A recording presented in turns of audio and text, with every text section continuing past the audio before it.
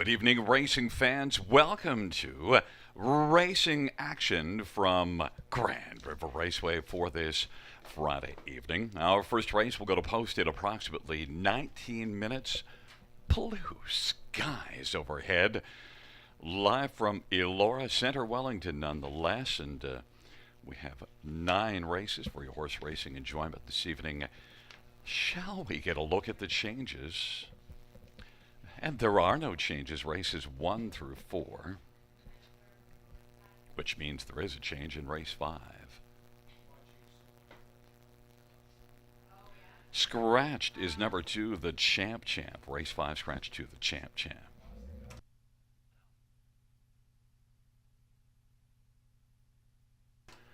In race number 6, number 3, Doc's Paparazzi has a missing line. Well, Ashley doesn't have a missing line. Did not race on September the 6th. For YS Better's Legacy, bridle change. Blinkers to blind bridle. That's blinkers to blind bridle. And a bright night out. Just a note, races from the trailer post. Trailer post for 8 night out.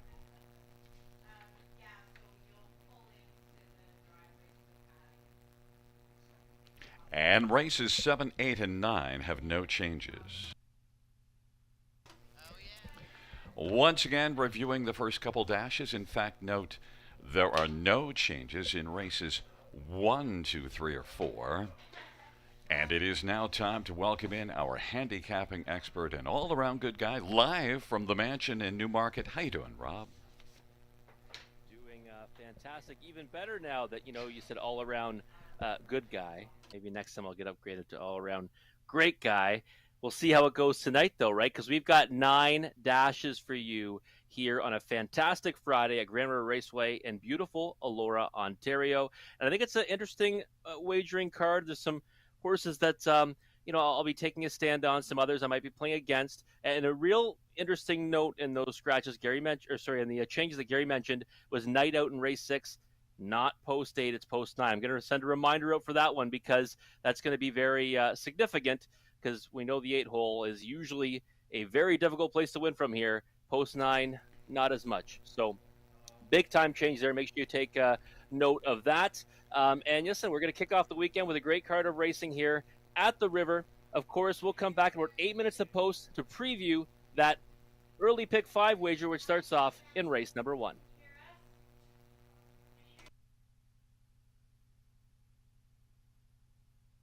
The Ontario Select Yearling Sale returns in 2022. The sale will be held September 25th at Winback Farm of Canada in Inglewood, Ontario. The sale lineup features first crop yearlings from Jimmy Freight, McWicked, and Stag Party. Introducing the first North American yearlings from The Bank. For more information, visit OntarioSelectYearlingSale.com.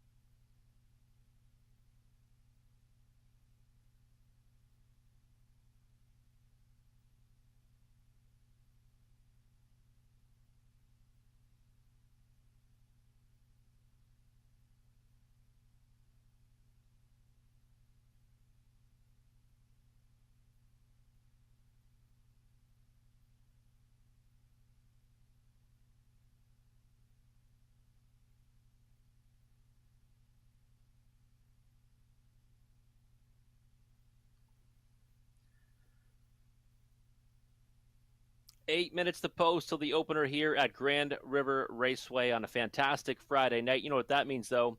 It's time to take a look at that pick 5 wager. Get started off right away in the opener. Has a guaranteed pool of $2,500. Gary and I have mapped out some suggested tickets for you. We'll take a closer look at those right now. And for me, I'm going to go with a few horses here, actually 4. I'm going to go with a 4-pack in the opener. I think that this is it's a relatively competitive race, and right now it's not playing that way on the odds board. But I'm going to go 2, 3, 4, and 8. The 4, Rock on Harriet's my top selection. Like the way this one raced at Georgian last time, thinking that she'll like getting into this classic Grand River Raceway. Obviously going to use the 3, Miss Italia, but I thought she should have probably won off that trip last time. And even money in the board might be an overbet right now. So 2, 3, 4, 8 for me here in the opener. Just going to single up on the 4, Harlequin Romance in race number 2. Now, I did this last time with her, but it was in the first race of the night. It busted me out when 2 Pistol Annie won by a wide margin, but I think Harlequin Romance getting away from that rival can get back to the winner's circle. She was a strong winner 2 back in a class that's slightly easier than this, but she still raced well, even though she got beat by a significant margin last time. So I'm going to single up on her in race number 2 because I wanted to go with some other horses elsewhere. Like race 3, we're going to use the inside 4, 1, 2, 3, and 4. And there, my top choice in that race is going to be the 3 of Sailor's Delight. I like Jackie Davis as well. Thought that she raced fantastic 1 week ago against some tougher company. But we're going to go with 4 deep in race number 3. In race 4, the 3 and 4, Supervise the Moment, who I think gets a post edge on my other choice, which is the 4, Final Cheese Recipe. I do think it comes down to those 2, hoping they line up 1, 2 right off the switch. And then in race number 5, same numbers again, the 3 and 4. Arch Adam last time was in the pocket. I thought had some trot when making that miscue at Georgian Downs, hoping that getting reunited with Tyler Borth tonight, we'll see this one maybe get to the engine, maybe even back to the winner's circle, but I've got to use Jacked. I was fond of that 3-year-old gelded son of Muscle Mass last time. It's tougher company tonight, but I think he was so good that we can give him a chance in here as well. So 3, 4 in that money leg as well. $12.80 is the ticket for myself tonight, but let's see what Gary Guy has in store for us. And I should mention at the beginning, maybe a little disclaimer, because I was handicapping last evening after the Buffalo Bills victory, and my ability to read the program might have been somewhat in question. Now that we've got that out of the way and that disclaimer, in the first race, well, we kind of see it a little differently. So I just took 2, 3, Miss Italia, and 5 Pennies Noir. So we have a difference in the first race, and maybe with our recent success in the pick 5, taking 4 in the first leg with 8 horses might have been wiser, but wisdom really wasn't my long suit last night. And race number 2, I just, Harlequin Romance and Getting Euchred, so I added 1. In race number 3, I have the inside 4. I think you're right that that's a race to get a lot of coverage. And I also added 7. Time waits on no one. In race number 4, I have the 3 and 1. And so Supervise the Moment, and if you don't shoot Big Red, that one on the inside has been pretty good here this summer. And in the 5th race, this is where we're definitely going to be separated because I have the 5 Stonebridge Zeus alone. $8 my ticket. Wow, there you have it. So I can't even really say same but different today because I think it's more so just very different. We've only got 4 combinations that would make us both winners, but hey, no issues from me, Gary, that you had a good time after that Bills victory last night. They were absolutely incredible. And without a few turnovers, that score would have been way more lopsided than it was. And that opening drive, I said it on Twitter, I thought it was absolutely surgical. So what an exciting team to watch this year, winning on the road against Super Bowl champs as slight favorites, but doing so in dominating fashion. I know our man, Go Cash King, Garnet Barnsdale, loved it too because he's a huge Bills fan. So go Bills. I'm more than happy to cheer for that team, even though I am a Carolina Panthers fan. But you've got 3 minutes away, folks, till the opener here at Grand River Raceway. Get your winning wagers in for that pick 5, which does have a guaranteed pool of $2,500. And we'll be back in just a few moments to take a closer look at the opening dash.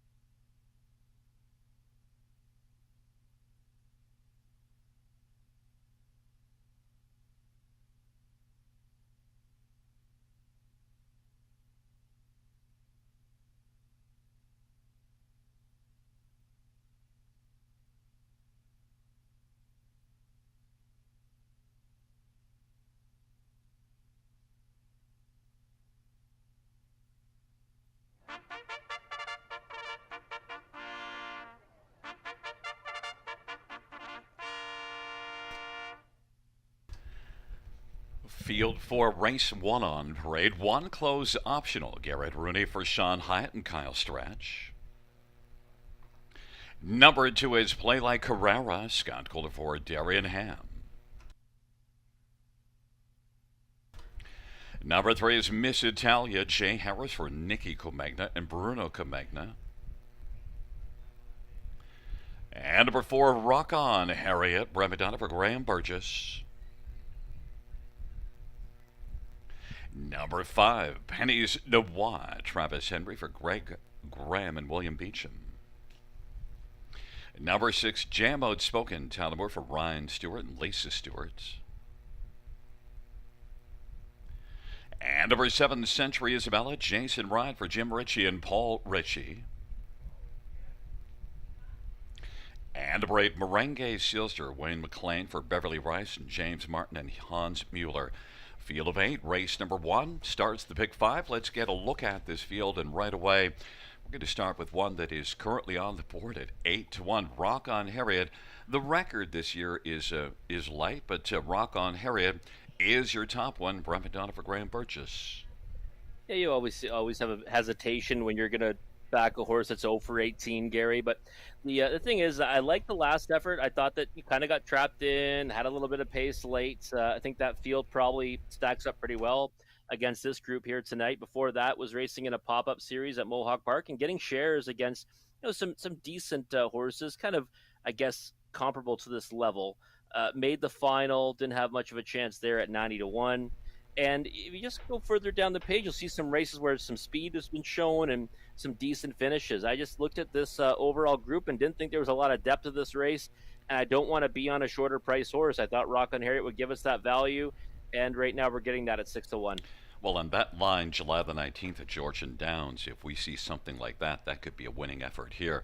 8, Merengue Sealster, all the way to the outside post position. Are you turning over a new leaf? Well, I wouldn't say that, even though, see, in race 6 is kind of sneaky, right? Because I have 8-7 as my top 2, but it's a deceptive 8-7. This one here is a true number 8, leaving from, all the way out there in the uttermost post. But I know you're fond of this horse, Gary. I know that you've always liked Merengue Sealster. And this filly, she's been racing against tougher company in open non-winners races. Yeah, she's 1 for 13 on the season with just 2 on the board finishes, but she even competed in the grassroots in her division. So I looked at her and said, yeah, post 8, but I love it when a horse gets into a condition claimer for the first time. If she could somehow work out a trip that's not too taxing and at any point get, forwardly placed, I think she's got a chance against this group. It just depends on the trip scenario. I couldn't put her on top, but 9-1 right now. More than happy to have her in the pick 5 just in case the trip works out. I have number 3, Miss Italia, as my top one. Your third choice, 4-5 on the board. I don't think I'd be betting that way because I really labored to get Miss Italia on top, and so 4-5 wouldn't be my price. I totally agree with that. And I've got no problem with putting her on top in here if you think, she's a horse that's kind of been either knocking at the door or winning at this level in her last few starts. The problem I really had was watching that replay back. And I needed her desperately last time. The trip kind of looked like it was going to be horrific for her, but then she ended up getting to the inside and inheriting the 2-hole on the turn for home, got up the passing lane, and didn't really have as much as I thought she should have based on the way the trip had gone. So I don't know if she's regressing or not. I'm not really sure. That victory 3-back I thought was fantastic, but I was very leery of her in here, especially if the price would be short. I was expecting more like a morning line of 2-1 at even money. To me, you can't play her vertically. You can use her in the pick 5 if you really like her, but for me, I might even leave her off at that price. Number 2, Play Like Carrera, better post position. That's the big thing with her is that, and she's a horse that if you go further back, you don't see it on the program page. But I did look into her lines on track, and I remembered a couple of times at Western Fair where she was a winner going right to the front from an inside post. And I was correct. There's a couple of lines where she does have speed in the early going. Now, will she flash it tonight? I kind of think so, because all those posts are pretty difficult to leave from that she's had with recency. Also racing against tougher groups too. We've said it before, horses like Unique Era, Sweetest Hustle, they look pretty good against these in here tonight. So 10-1 on the board, inside post. If she goes forward off the switch, I think she's got a chance, and that's why she's on my pick 5 ticket. And a thought about Penny's Noir because that's one of the two that I used on my pick five.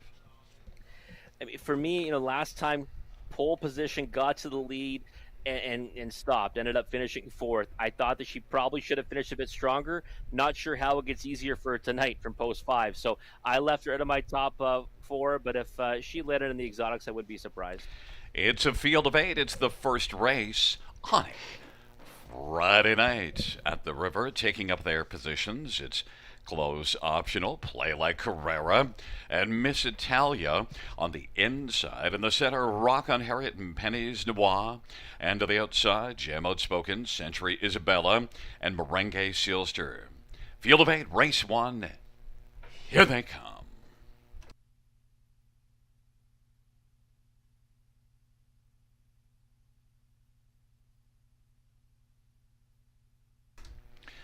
It's a field of eight. Race number one.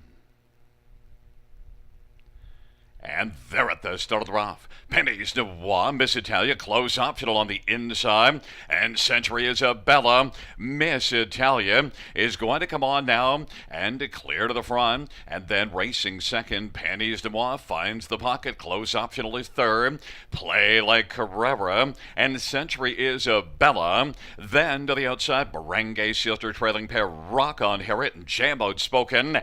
And they race on to the opening quarter. Miss Italia is 1-5 on the board, and Penny's Noir at 13-1 is right there in the pocket. Merengue Sealster is waltzing up on the outside with authority and wanting to try to drive on and get the lead. 27-4 the opening quarter. Miss Italia, Merengue Sealster, Penny's Noir, and then close optional is on the inside, and racing to the outside is Century Isabella, and then it is back to Play Like Carrera and Rock on Harriet and Jam Outspoken. And the halftime was 56-4. Miss Italia, Merengue Sealster on the outside at 21-1 is about a length off the lead. Penny's Noir is getting the trip, and racing the fourth is Century Isabella. Then close optional and Play Like Carrera. Rock on Harriet is still second last, and Jam Outspoken is out three wide, trailing the field. Miss Italia is starting to get away on the field. Miss Italia is leading it by about four as they roll towards three quarters. Penny's Noir is racing second. Merengue Sealster is flattening out now after a tough trip, and then close optional, and then Play Like Carrera and Rock on Harriet. Three quarters in 1:26, and Miss Italia and Penny's Noir and Merengue Sealster and close optional. They turn on down the stretch ride, and it is all Miss Italia. Miss Italia is not on a starch, is continuing sharply to the finish and is going to win. Merengue Sealster was second, then Penny's Noir and Rock on Harriet, mile of 1:56 flat. Miss Italia 1-5 on the board. A short price to kick off the pick five, Rob. Yeah, that was really a tale of two races for me because, last time she got away sixth off the gate, was overland, and then I thought, again, it kind of worked out for her that she should have done better than that third place finish. This time around, Jay Harris just said, I'll take things into my own hands here and put her right on the engine. And she was fantastic. I mean, she really merited every bit of that 1-5 tag, even though I didn't really, like that price on her at all, Gary. Not that I'd ever like 1-5 on anybody. I thought she was a beatable favorite, but there was no beating her tonight. She put away a stiff challenge from Merengue Sealster, who actually ended up finishing a really nice second there. But Miss Italia, much the best in the first. Yeah, that's really the story coming out of this race, besides the winner. Merengue Sealster, as soon as that one draws better at all, it's got to be a play. Yeah, and the thing about Merengue Sealster for me, too, is that I don't mind that drive, right? Because you just try to get away, and then if you do think you have the best horse in the race, which I thought her paper kind of suggested she might be, just go first over, right? And she ended up being the best of the rest. Obviously ran into a tougher one in Miss Italia, but Merengue Sealster, like you said, she's going to be a must-play when she draws inside. And you were discounting 5 Pennies Noir, but got off the gate well. Yeah, she did. She got off the gate really well, and like she did last time, and managed to, they were quite a ways back, the second and third place finishers, but she did end up almost getting second. Actually, she got picked up in the last couple strides by Merengue Sealster there, so it was a decent effort from that one. Well, Miss Italia at a short price in race number one, wheeling back in front of us at 3-year-old Better Than Shetter Bay filly, owned by Bruno Comegna and trained by Nikki Comegna, It's the second win this year in Lifetime of the winning drive to Jay Harris. Miss Italia 156 flat.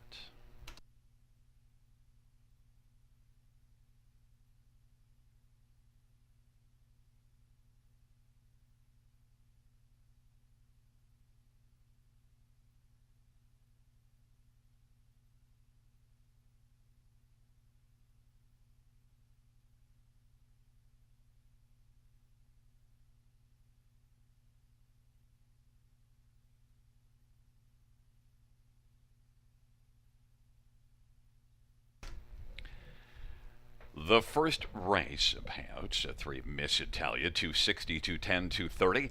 8 Merengue Sealter 745, 55. Pennies Noir 420. $2 exactor 60, $30 try 185.95. Dollar super 367.15.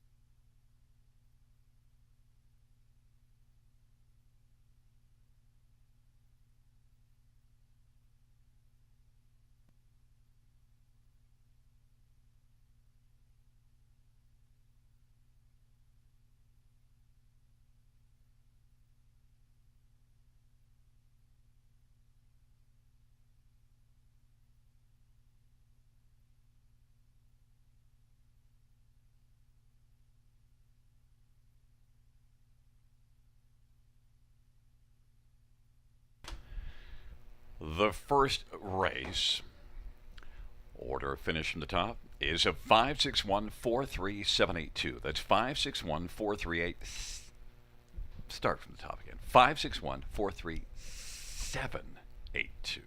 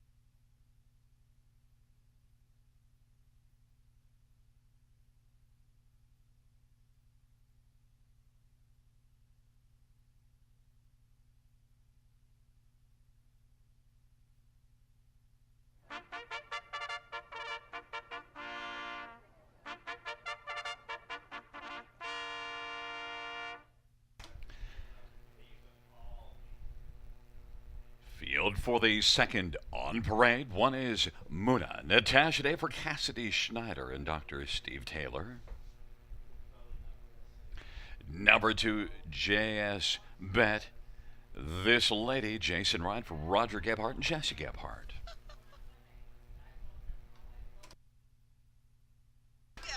Number 3 is Getting Euchre and Tyler Borth for Brent Ballor and Ron Thompson. And number 4 is Harlequin Romance, Jay Harris for John Copus and Rybar Stables. 5, Feelin' Fancy, Travis Henry for Blake McIntosh and Hut Racing.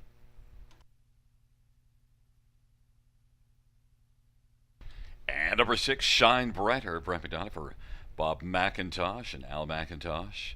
It's a field of 6 for race number 2. Shall we get a look at this field? And well, we're going to start with number 4, Harlequin Romance. Now there's a novel idea. We'll start with the one that you have on top, Harlequin Romance, 6-5 on the board. Yeah, I thought that last time she just ran into a buzzsaw with 2 Pistol Annie the way she raced. I know you were fond of that one on that occasion, Gary. And this one got to the lead. Had a healthy margin until that one came to call, and then obviously he was more than 6 lengths in arrears to that rival at the wire. But I thought it was still overall a decent performance to pace her mile in 56-1. And with that one not being in here this time around, I think she's the one to beat again. 8-5 on the board. I think that'll probably be more like 6-5 or even money come post time. But I did want to take a stand in this race and single up on her. Well, and in this race, the money is kind of even between the 4 and the 3. But your next one, the one that you used underneath for Harlequin Romance, number 2, JS Bet This Lady. Good form coming in. Yeah, I thought that she's been racing pretty good. I mean, she disappointed as the favorite last time at 45 cents to the dollar at Hanover. Didn't get the easiest of trips on that occasion, and didn't get beat all that much, really, all things considered. But I kind of went back to her Grand River lines and really the second start of her career when she was a winner here, and she's got a win in 2 tries over this surface. Inside post to work from. She does have some speed when she's been asked to utilize it in the past, so I'm hoping she leaves out of there and maybe secures the pocket or at worst a 3-hole. And we'll touch on number 3, Getting Euchred, one that's got a win and a third in just 3 starts. An easy win over Clinton as well. Won by 5 lengths on that Sunday, and that was with Brent Ballor, the trainer, aboard, and since then has had Tyler Borth in a Prospect Series 2 back, and ended up finishing 4th as the even money favorite. And then last time at Leamington was 3rd after getting away in that spot from the rail. So I think that she's a horse that has a chance in here. I mean, the horse that she beat, Fear the Crush, in her lifetime debut, went on to win at Mohawk Park. Now, granted, she did make a break in stride on a big lead in that race and probably would have won if not making that miscue. But Getting Euchred, I think, is a kind of an intriguing option in here. But to me, probably getting overbet right now at 2-1. And an easy win in one sense, but not so easy in the other, because parked to pass the half, but still won by 5, so definitely a winning hand. Number 5, Feelin' Fancy. Well, that's the one that comes into this race off a win, which is something that the others can't say. Yeah, and it was at Hanover August 27th, and went right to the front from post 5, and had a pretty decent margin on her rivals throughout the mile. Got a nice breather in the middle half, 1:04, but still came home enough to hold them off by 3/4 of a length, and I thought raced pretty decent too before that when coming back off a qualifier after missing about a month. So Feelin' Fancy to me is just, what's the trip scenario tonight? I'm not sure she can loop these horses who are inside to get the lead in the early going, but she has shown some pretty decent speed, 28-3 at Hanover last time. So I thought she's more of a smaller play underneath tonight, but she could surprise. And Rob, number 6, Shine Brighter, is interesting because I can see why you might leave this one off, because tailed off last time out. But Bob McIntosh, Brent McDonald, and you see a good second just to start before that, and a win at Clinton in the Prospect Series. Yeah, she's kind of been up and down, right? You'll see, she won 4 starts ago, then she went to the lead and kind of tired pretty badly to get beat by more than 22 lengths, then came back with a good effort. Last time I thought she probably should have done better than she did when she ended up fading to finish 5th after getting the lead with relative ease and getting that second quarter breather. So it's kind of what version of Shine Brighter shows up tonight. I looked at it more so from the standpoint she's got the outermost post in the contest. I'm just not sure how the trip scenario works out. So I think if she goes forward, she probably gets used too hard in the early going, and if she doesn't, she might be too far out of it. Well, we talked about 5 of the 6. One Muna is getting no love, 50-1 on the board, but got a lot of love at least in the paddock as we got a good shot of Muna and Cassidy Schneider in the paddock before the race. Natasha Day, 50-1 on the board. That would blow up pick 5. It's a field of 6 for the second race. Muna. Jay's bet this lady on the inside. In the center, getting Euchred and Harlequin Romance. And to the outside, Feeling Fancy and Shine Brighter.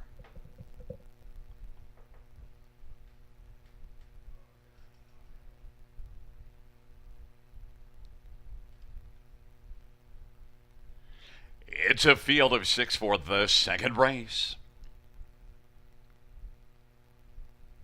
Field for the second dash. Into the stretch drive, gathering speed approaching the start. And they're at the start in the rough, and Feeling Fancy sprints out with Harlequin Romance, and then it is getting Euchred and J.S. Bet This Lady. Shine Brighter to the outside and Muna on the inside, but it is Feeling Fancy who is able to fly out and get the front, and it's a lead of a length and 3/4, getting Euchred is second, and off stride with Muna. And then third is Harlequin Romance, and then it is J.S. Bet This Lady, but now getting Euchred wants to come on and grab the front. Getting Euchred leads it now by a length and 1/4, now a length and 1/2, and gets to the pylons in front of Feelin' Fancy. Harlequin Romance is racing third. Then it is J.S. Bet This Lady racing fourth, and then Shine Brighter is fifth. 28-2 is the opening quarter as the field works their way on around the turn. And getting Euchred at 3-1 has got the front. Getting Euchred and Tyler leads it. Feeling Fancy in the pocket. Harlequin Romance is racing third and is about 3 off the lead. And then J.S. Bet This Lady and Shine Brighter. 58-3 the halftime. 30-1 second panel. And they work their way into the backstretch, and now popping out from third comes Harlequin Romance, but it's getting Euchred the one to be. Getting Euchred on the inside, Feeling Fancy. Harlequin Romance on the outside now has moved up and has got a share of second, and now has a second on the outside alone, and on the inside, Feeling Fancy, and then Shine Brighter, and Jay has bet this lady. Getting Euchred and Harlequin Romance. They're dueling on by 3/4, 127-3. Getting Euchred on the inside, though. Getting Euchred drives on, leads at a length and 3/4. Harlequin Romance is racing second. Feelin' Fancy on the inside now fights on through, and Feelin' Fancy looking to reclaim second, and then Shine Brighter is racing on the inside and is fourth on down the stretch route. They come. Getting Euchred trumps the field and is going to take it by about 6 lengths, and then Feelin' Fancy, and then it was Shine Brighter and Harlequin Romance. 156-3. Getting Euchred had a winning hand and trumped the field, Rob. Yeah, she did. She went right to the lead. Harlequin Romance tried to leave out of there, ended up a little bit flat-footed off the gates. And when Feelin' Fancy kind of looped around them, as we talked about that early speed that she might try to do that, it ended up putting Harlequin Romance in the 3-hole. But it didn't really matter because, getting Euchred was much the best. You can see Tyler Borth was kind of just sitting on her until that rival kind of came to challenge, got closer. Then he asked her to open up, and she did exactly that. So, another, an upset here. And then race number 2 puts me to the sidelines, but you're still trucking, right, Gary? Yeah, absolutely. I think maybe I've found the key to the handicapping. I think it's the refreshments that need to be on hand. Well, you were feeling good too, right? You were flying high. You were confident after that Bills win. So, again, I'm on the sidelines, but I'm cheering for you, buddy. Well, as I would be cheering for you. I'll tell you, Feelin' Fancy is one that raced exactly what we thought, went to the front and gave a pretty solid showing, and one to keep an eye on next time out. Yeah, she did. I think she's an improving type.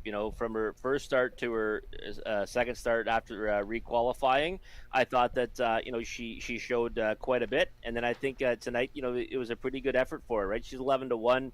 She was kind of put at a post disadvantage to a couple of the lower price horses, and she came around them early. So you never really want to go against a horse with speed, and she certainly got lots of that. And then Shine Brighter did a race a little bit better again. So has been a little bit up and down, but that was an improving effort off of one that you didn't like that much last time out, understandably. Yeah, probably needed that too, right? Needs a little bit of an easier go of it because she's been a horse that's kind of gone to the front or blasted the lead in many of her efforts. So it always helps when you get to get follow them a couple of times, and maybe another one of those she'll be brave and right back up. Well, back in front of us, the winner of race number 2. It's number 3, Getting Euchred. A 2-year-old all bets off bay filly owned by Ron Thompson, trained by Brent Ballore. Tyler Borth, the winning driver. It's the second win lifetime for Getting Euchred. Mile of 156 and 3.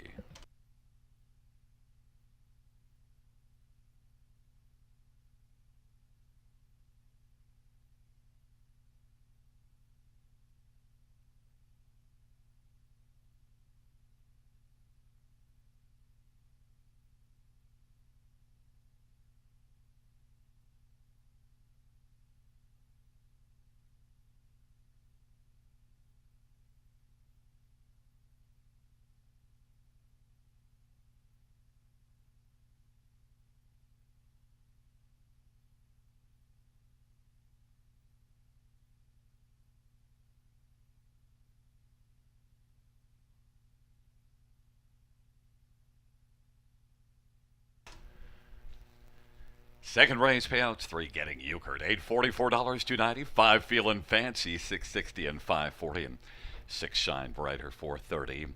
$2 double of 3 and 3, $18.50. $2 exactor, $58.50. Dollar try, $78.80. Dollar super, $169.30.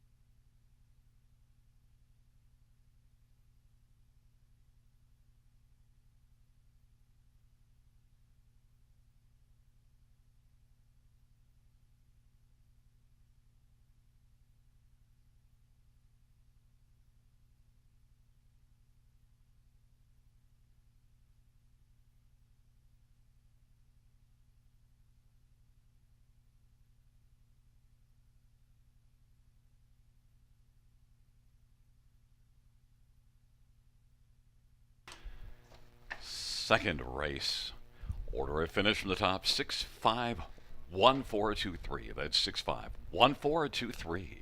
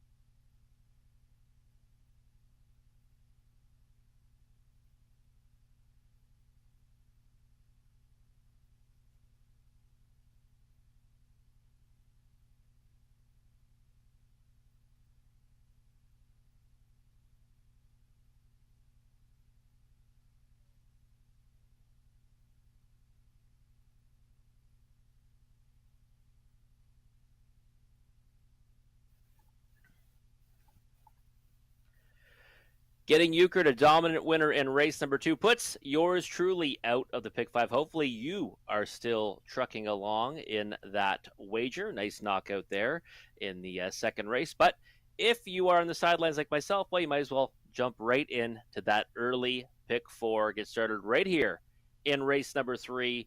Guaranteed pool of $2,500.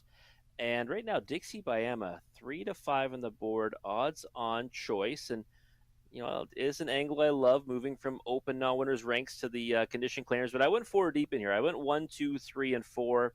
Just thought that each of those ones have a chance and have been racing against, the inside 3 have been racing against tougher horses, whereas Jackie Davis, the 4, was a rock-solid winner 1 week ago. She faces tougher, but she did it so easy that time. I thought you have to have her on the ticket 5 to 1 right now. Not a bad price in the 4, Jackie Davis. 1, 2, 3, and 4, though, for yours truly in race number 3. And race 4, 2 deep, supervise the moment. The 3 and the 4 final cheese recipe. Supervise the moment, I think, has a huge speed edge, gets a good post to work from, probably blasting out of there. But final cheese recipe, I think, is one that, again, if he minds his manners and he can get off the gate, he should be able to do some damage against this group, and was a big time winner in this very class back on July the 1st. He did so by more than 2 legs. So I think you got to like his chances in there. Race number 5, we're going to go 3, 4, and 5. Actually added one to our pick 5 ticket, threw in the 5 Stonebridge Zeus. Was a nice winner, 2 back at Georgian Downs. Still like Jacked and Arch Adams, one that might, take a step forward again, getting Tyler Borth back in the bike. But I do think that's a pretty competitive race for just 4 horses going postward in that first division of the Prospect Series tonight. And then in race number 6, well, we're going to go with number 8. And before anyone thinks that's too crazy, because the 8 hole is not a good spot here, Night Out in race number 6, the 8 is going to leave from post 9, and a horse that is going to get to follow speed from the rail with Ponderance, and one that can get away well himself, and was a big-time winner 2 back here at the River, and I think he might just go out there and replicate that performance as long as he can navigate that early traffic, and get to the lead. So get a single up on the 8, night out in race number 6. That ticket will cost you $4.80 for a 20-cent ticket. But you've got 2 minutes, folks, until race number 3's horses will be moving out onto the tracks. You're going to start mapping out your winning wagers right now for this early pick four with a guaranteed pool of $2,500. Gary and I will come back after the post break, take a closer look at race number 3.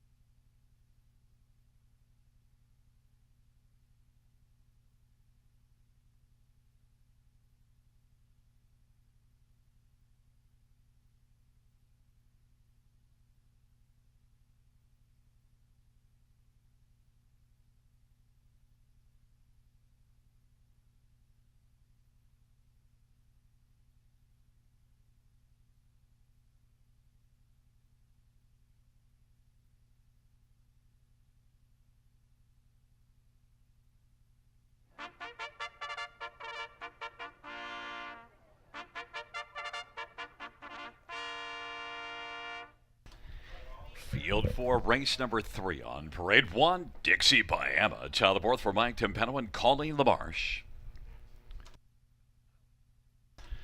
And number 2, Bet You Love Me, Scott Colder, Lori LePage, and Rebecca Williamson and Connie McTaggart. 3 is A Sailor's Delight, Remy Donovan, Ruth Moore, and James Hasty. 4 is Jackie Davis, child aboard for Cameron McQueen. 5, The Witch's Brew, Colin Kettlebur, Kyle Bossens, and Daryl Newbeging. And number 6, PDQ Hanover, Jason Ryan for Ryan Stewart and Joy Sampe and Lisa Stewart. And number 7, Time Waits on No One, Travis Henry for George McClure and Catherine McClure and Ruth Hasty. It's a field of 7. Race number 3, let's get a look at this field. Starts the win 4, the pick 4. And, well, we're going to start with number 3, A Sailor's Delight, because this is one that looks ready to soon sail into the winner's circle. Yeah, I think so, Gary. This horse has been, runner-up in each of her last 2. And, was racing in open non-winners of 2 races in those ones. And I thought they were decent efforts to Queen of Soul over at Georgian Downs. And Sailor's Delight's actually entered right back into going non-winners of 15,000 life on Monday night here at the River. So double entered. And a horse that, when racing for this, condition claiming tag has done good things in the past, even got a victory, right here. Granted, it was against probably a softer group, or definitely a softer group, back in July. So Brett McDonald aboard. I think we're going to see this one go forward off the gate, 2-1. The price is not so attractive right now, but I still will stick with her as my choice on top. And number 4, Jackie Davis. Boy, Cameron McQueen's been putting up some big numbers this year. And Jackie Davis, that was a big effort last race to win.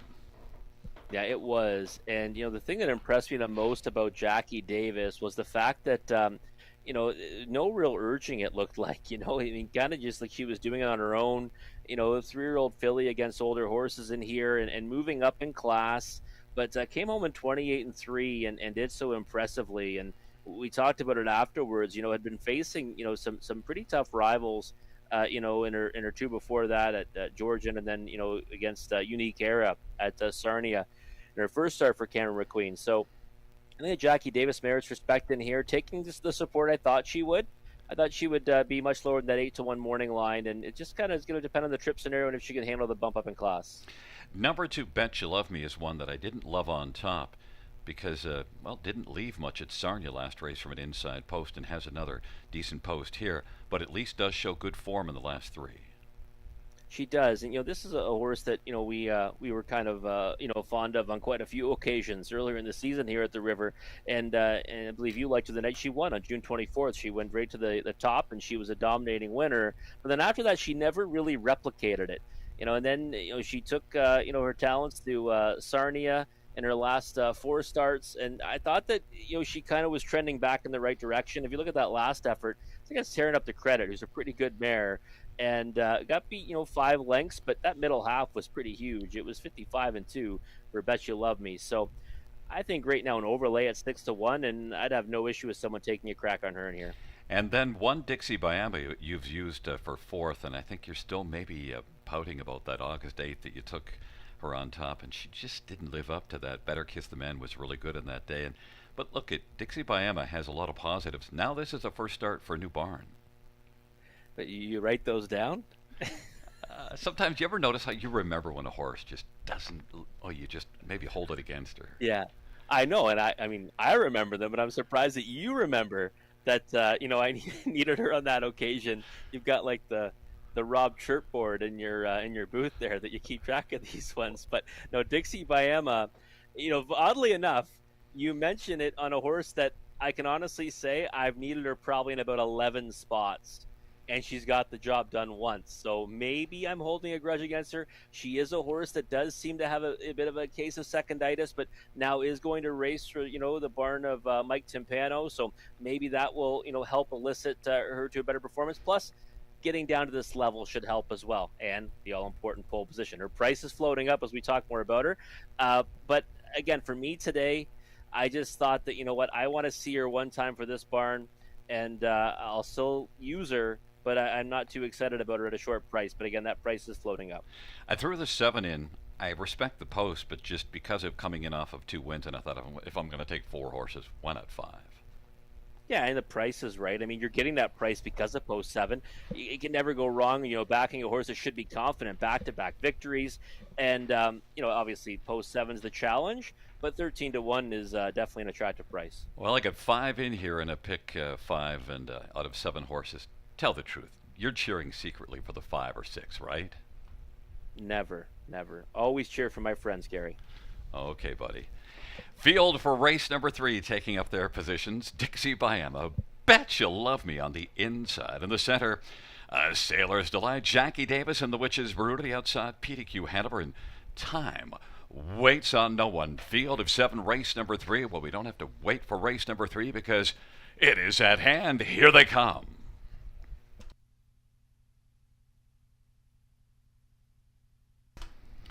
It's a field of 7, the third dash on a Friday night at the river. And they're at the start of the rough. Jackie Davis, Bet You Love Me, Dixie Biamba, and a Sailor's Delight. Then the Witch's Brew and PDQ Hanover in Time waits on no one is trailing the field. And it is Jackie Davis on the outside trying to drive up and get to the front. Jackie Davis is going to take over from Dixie Biamba. Bet You Love Me is third. A Sailor's Delight is racing fourth. Then the Witch's Brew and PDQ Hanover in Time waits on no one.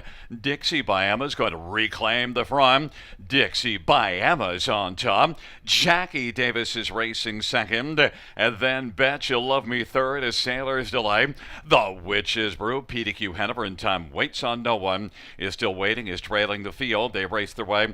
Off the turn, they head up towards the half. Dixie Biamba on top of the fourth. Has a lead of a couple of lengths right now. Jackie Davis second. Bet You Love Me on the inside third, about 4 off the lead. And then it is a Sailor's Delight. The Witch's Brew. PDQ Hanover on the inside, and Time waits on no one on the outside. 58 3 halftime, 29 4 second panel, and it is Dixie Biamba who has the front. Jackie Davis second. A Sailor's Delight is getting a little bit closer on the outside, but Dixie Biamba looks sharp on top. And it's Dixie Biamba and Jackie Davis and a Sailor's Delight third. Bet You Love Me racing fourth. The Witch's Brew, and then PDQ Hanover, and Time waits on no one, and now Jackie Davis not waiting has popped out against Dixie Biamba, and backing away a Sailor's Delight and scooting through to the inside. Bet You Love Me to take over third. 3/4 127 4. Dixie Biamba. Jackie Davis on the outside is closing. Bet You Love Me is third. PDQ Hanover now is racing fourth. They turn for home. Dixie Biamba and Jackie Davis. Dixie Biamba. Dixie Biamba is going to come to the finish with Bet You Love Me. Dixie Biamba wins it. Bet You Love Me was second. Then it was Jackie Davis and PDQ Hanover. Dixie Biamba at 3-2 on the board. A winner. Yeah, she gets the job done. And, she was 2 for 25 going into this, and now she exits with another victory. And it was a good effort, no question about it. I mean, she went to the lead, let one go, and then came back around. And and I thought that it looked like Jackie Davis, maybe had a lot of horse. I mean, came out of the pocket pretty early, but maybe not the smoothest going type because I don't know if he was really able to get all he wanted to out of that one because it looked like maybe she was putting in some rough steps, but she ended up finishing third. And Bet You Love Me actually, who was gapped out, came back on, for the place spot and made it interesting. Anyways, I mean, the win was never in doubt. But decent effort from Bet You Love Me to get up for second. And also, I think the Robert off angle off of Dixie by Emma was probably a key there too. Oh, it's huge, no question about it. I mean, I think, like I said, Gary, I've probably had this horse on top 11 times, and really, when are you supposed to jump in? Well, when you're one of my angles too, right? Going from open non-winners company, and I mean, she was racing as much tougher, and now goes into a condition claimer. But I just thought that she's a horse that kind of in many spots has gotten beat when she shouldn't have, and tonight she was able to close it out. Well, it is a 1, 2, 4, 6 top four in race number 3. Dixie by Emma to kick off the pick 4. A mile of 157-1.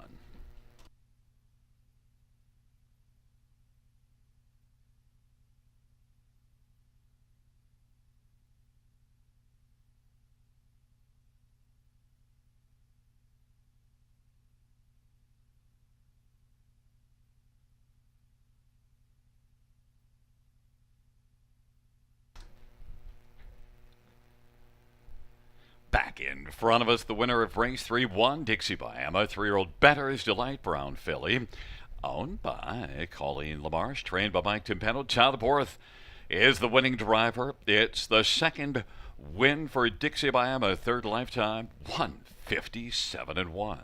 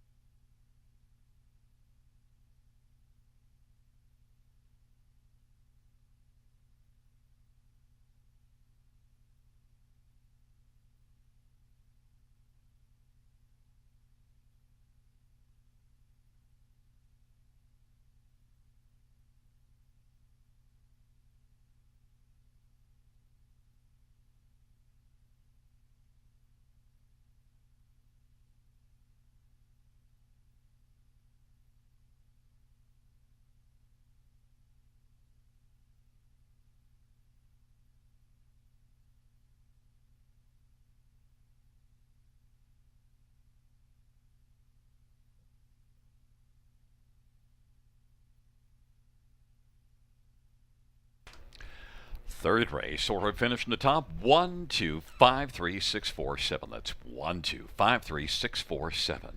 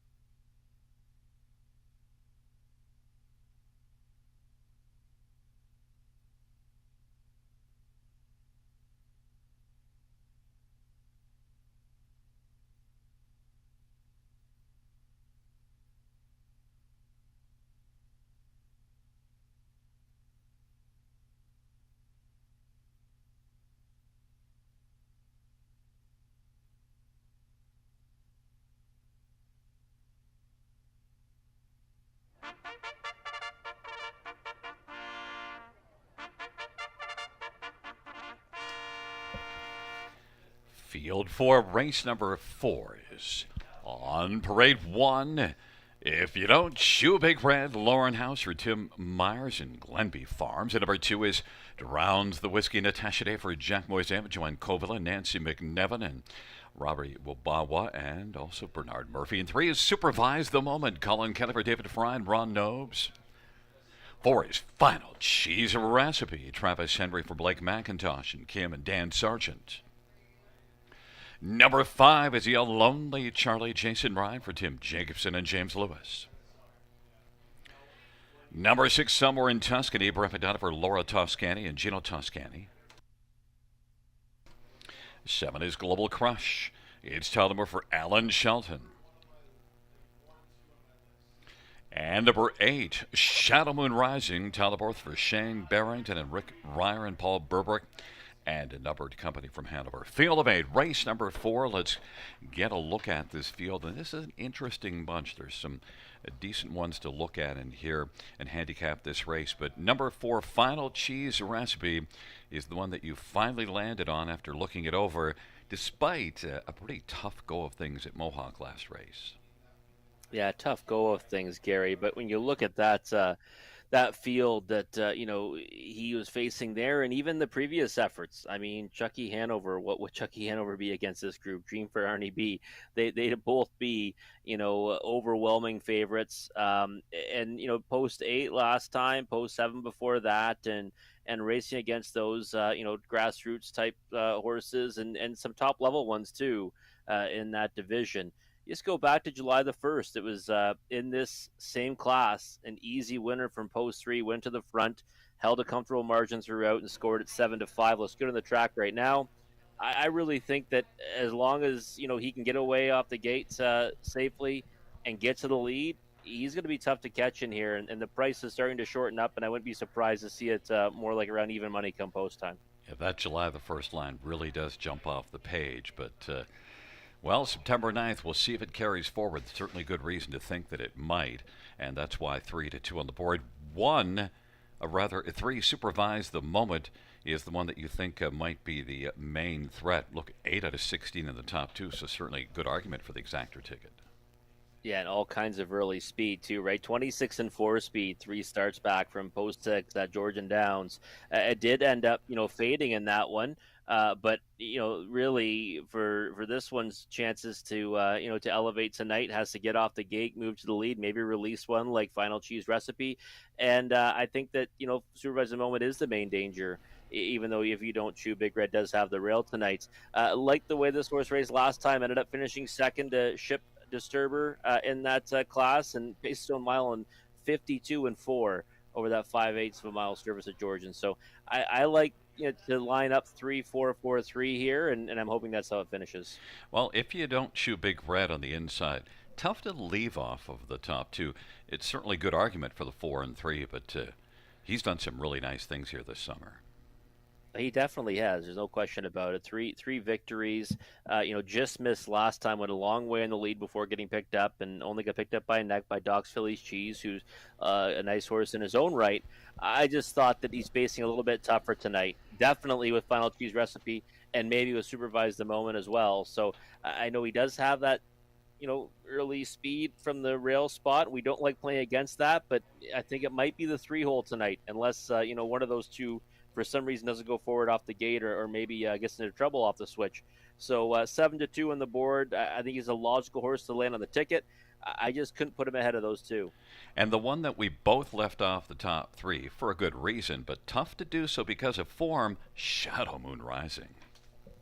It was one of those ones where I looked at it and I said, well, last time stepped up in class and went out there and turned in a big effort to only get beat a neck. And we were kind of wondering, could he handle that transition? Well, I think he did pretty well at doing so at non-winners of 50,000 life. Now getting back down to the level that he was a winner at on August the 12th. The problem is post 8. Now, he was a winner from post 7 back on July 22nd, but that was a different scenario. He ambushed the field, got to the lead against easier rivals. I don't see that happening tonight from post 8 when there's so much early foot to his inside. Well, certainly if you want to take a flyer, 17-1 might be enough to entice you. But right now, for Final Cheese Recipe, Your top one, 3 to 5 on the board. Coming back to Grand River and hoping that it's Canada Day right here on September the 9th. 3 to 5 right now, and I have 3 Supervise the Moment at a better price of 4 to 1. Field for the fourth race is moving into position. If you don't chew Big Red, and drowns the whiskey on the inside with in the center, Supervise the Moment, Final Cheese Raspy, and Lonely Charlie to the outside, Somewhere in Tuscany, Global Crush, and Shadow Moon Rising. Field of 8. Race number 4. It is post time on a Friday night at the river.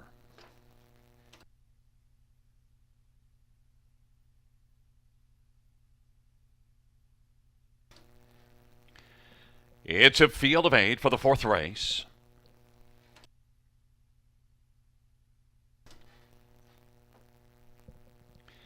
And the field for the fourth race is at the start of the rough. Supervise the Moment. If you don't, chew Big Red, Final Cheese Recipe, drowns the whiskey. Lonely Charlie, Somewhere in Tuscany, Global Crush, and Shadow Moon Rising. Into the backstretch they go, and Supervise the Moment is going to come on now and clear to the lead. If you don't, chew Big Red is second, and Final Cheese Recipe gets away on the inside third. Drowns the whiskey is fourth, and then it is back further to Lonely Charlie and Somewhere in Tuscany, Shadow Moon Rising, and Global Crush is trailing the field. Supervise the Moment. 27-3 has got the opening quarter and leads by 2. If you don't, chew Big Red is second. Final Cheese Recipe is third, then drowns the whiskey. Lonely Charlie. Then we're Somewhere in Tuscany, Shadow Moon Rising, and Global Crush, and they're in a line as they race up to the half. Supervise the Moment, looking for a second panel breather off a 27-3 opening quarter, has a lead of 2 1/4. Supervise the Moment rolls on past the half. 57-3, a 30-second second panel. And here comes Final Cheese Recipe, wanting to stalk the leader right now. It is Supervise the Moment. Final Cheese Recipe looking to pounce, and if you don't, chew Big Red is racing third. Then fourth is Lonely Charlie, and drowns the whiskey. Supervise the Moment. Final Cheese Recipe digging on the outside, and Final Cheese Recipe and Supervise the Moment. They're going to battle right now. Final Cheese Recipe sticks ahead in front. Supervise the Moment on the inside as they work their way on that final turn. 3/4, 126, and Final Cheese Recipe now has come on as they race to the top of the stretch and has grabbed the lead. Supervise the Moment is trying to fight back on the inside. Then Lonely Charlie, and if you don't, chew Big Red on down the stretch drive they come. Final Cheese Recipe in the final analysis was the best, and then Supervise the Moment was second. Lonely Charlie third. If you don't, chew Big Red fourth, 154-3. Well, Rob, it's Canada Day in September at Grand River. Yeah, it was a real nice performance from Final Cheese Recipe, and really, you just look at who he's been facing since then. He's been facing such, tougher rivals in the OSS grassroots and horses that, that would all be, heavily favored in here. And I don't think Travis Henry was ever really worried at any point. Got away in the 3-hole. Sure, he would have liked to got away better, but when you have the best horse in the race, first up's not the worst place to be. And Supervise the Moment's a horse that, is very fast early, but does get a little leg weary late. So he kind of cruised by to score in 54-3, which is, almost an exact repeat of what he did on Canada Day. And when Travis got alongside Supervise the Moment, and I looked at the body language of Travis Henry, I said, oh yeah, I'm in trouble. Yeah, you could see it right from the time he actually moved first over. He kind of chased him a bit just to kind of, like you said, get into a stalking position.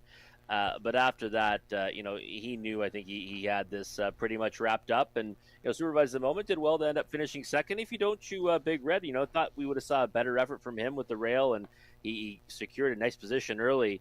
But he actually lost a spot to Lonely Charlie, who, raced pretty well to finish third. And Lonely Charlie is one that... nice little 20-1 that can help it, because the 4 and 3 would have gotten a lot of the action in there. Yeah, definitely. Whenever you split, the favorite, even when it's in one of the underneath positions, it certainly helps the payouts. And Lonely Charlie, hit the board 9 of 13 so far this season. I guess we should have saw that coming. Well, one we're going to see coming right back in front of us is number 4, Final Cheese Recipe, a 3-year-old better than Cheddar Bay gelding, owned by Kim and Dan Sargent, trained by Blake McIntosh. Travis Henry, the winning drive. It's the 4th win this year's sixth lifetime final cheese recipe, whizzing to victory at 154 and 3.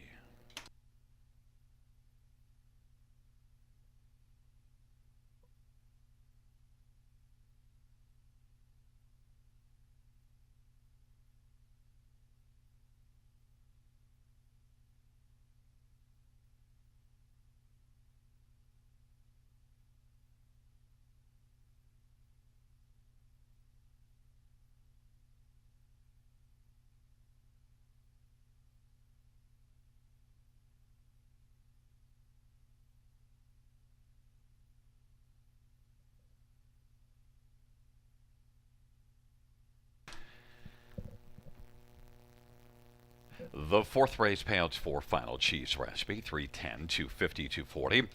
3 super buys the moment 360, 310, 5 you lonely Charlie 440. $2 exactor, $10 dollar try 29.20. Dollar super 74.95.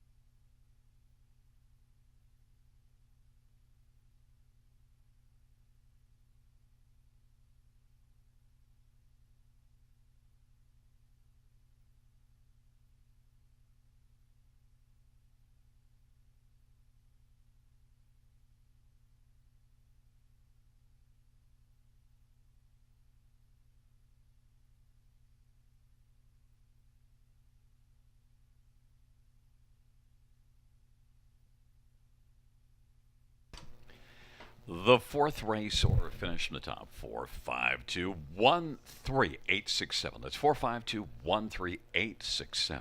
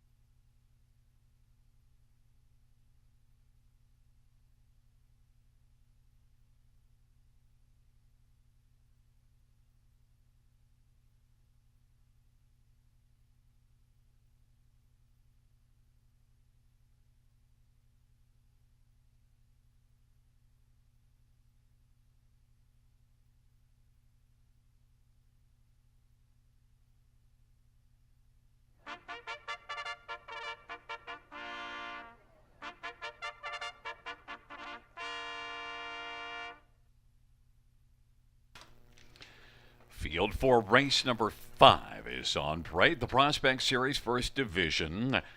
1 is Arch Ruler Bruce Richardson for John Holding and Morley Bossamworth. Number 3 is Arch Adam Tylerborth for Keith Jones and Doug McCarthy.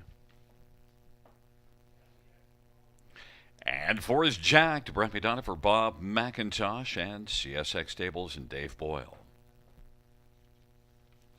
And number 5 is Stumper Zeus, Travis Henry for Blake McIntosh and Van Camp Trotting and Mortgage Boy Stable. Let's get a look at this field for race number 5. Well, it's a small field. We won't have to take a long look at this field, but you know, the tote board is telling the story. There's no real long shot, and Jacked right now is the 6-5 betting favorite, slight edge over Stonebridge Zeus. But you went with this one on top. The last race was probably part of the reason why. Oh, definitely. Yeah, I love this one last time, Gary, and I think you've got to, like his chances in here tonight. Obviously, we're scratched out of a field of 4, and probably facing, tougher rivals from that non-winners of 5,000 life, because a lot of these horses have graduated out of those classes with, multiple wins. He's still just a one-time winner, but love the way this guy's progressed, especially in his efforts at Grand River. Lifetime debut was a real good one, finishing second to Lady Guinevere after getting away 7th off the gate. Some, tough races at Mohawk Park, three starts in between that, and then came right back to be a rock-solid winner September 2nd, 1 week ago, to score by 4 lengths, and did so with really condescending ease. So I like Jacked in here. I knew the price would kind of, likely be around even money or 6-5, but, a 4-horse field, we can't really expect much more. Well, number 3, Arch Adam, is one that's offering a little bit better price, 9-2 on the board, but off a break last time out. Yeah, break last time out was kind of in tight quarters, though. It was 2-hole and was crowded and was waiting for room. And then I thought maybe had a little bit of trot when making that miscue. That race, it was a Prospect Series race at Georgian Downs, but Stonebridge Zeus was actually the winner in. And but before that, finished 7th against Much Tougher. And even 3 back, right? That's Hershey Sealster winning that race. So I'm going to give him a pass for those last 3. And then you get to a couple of victories, one being at Georgian Downs and non-winners of 2. And before that, right here at Georgian Downs again, and non-winners of 1, had Tyler Borth aboard on that occasion. And that's why I kind of thought this one was worth a look tonight, because, Tyler Borth's already got this one to the winner's circle and got along very well with Arch Adam. Speed off the gate. I think if he does, try to get to the front end, he might be tough to beat in here. And 5-1, in a 4-horse field, that's the right kind of price you're looking for.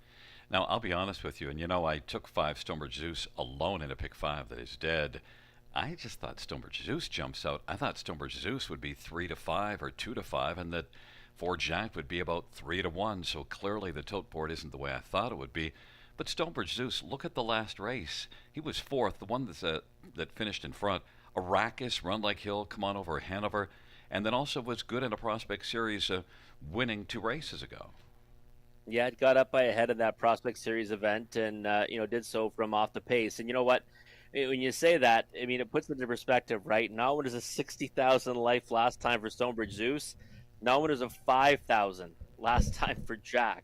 So, I mean, and again, too, that was post 8 at Flamborough, rallied into 4th behind, you mentioned the likes of Arrakis, Run Like Hill, Come On Over Hanover. I mean, those horses would all be 1-9 in here. So you're starting to get that price now, Gary, down to 3-5 on the board for Stonebridge Zeus.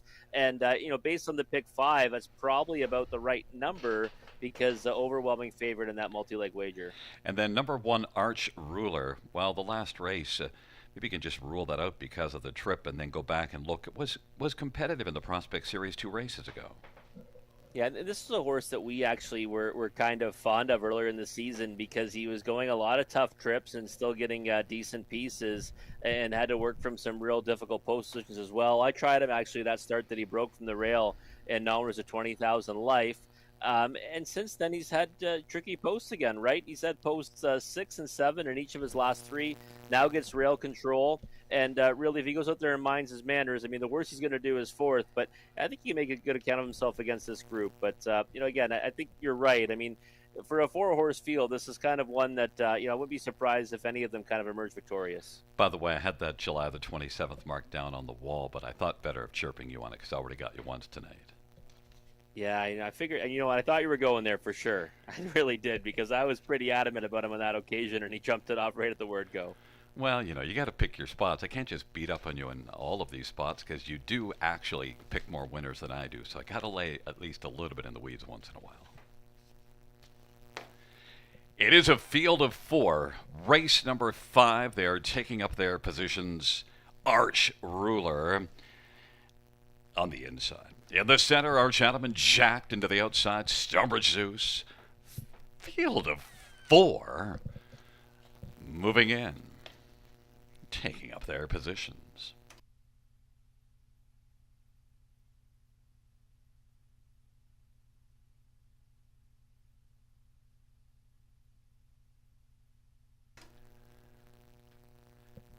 It's a field of 4 for the 5th race, and they're reaching the top of the stretch. Here they come.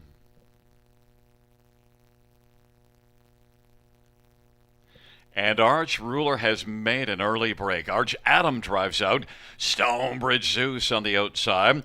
Jacked is racing third. And then Arch Ruler is racing fourth, and they work their way on into the backstretch. Stonebridge Zeus is able to confidently drive up and grab the lead. Arch Adam is racing second. Jacked is third. And then Arch Ruler is racing fourth after that early break. Was able to recover and is about 5 lengths off the lead. Stonebridge Zeus 2 to 5 on the board. Leads as they race their way on past that opening quarter. And Stonebridge Zeus, lead of a length and 3/4 over Arch Adam. Jacked is on the inside, racing third. And then fourth is Arch Ruler as they work their way on past that opening quarter and heading up towards the half off a 32nd opening quarter. Stonebridge Zeus and Travis Henry has a lead of a length and 3/4 over Arch Adam. And then racing position third is Jacked on the inside as they're still in a line, and Stonebridge Zeus is getting things all his own way right now. And now coming out, there goes Jacked, who's quickly going to move up now.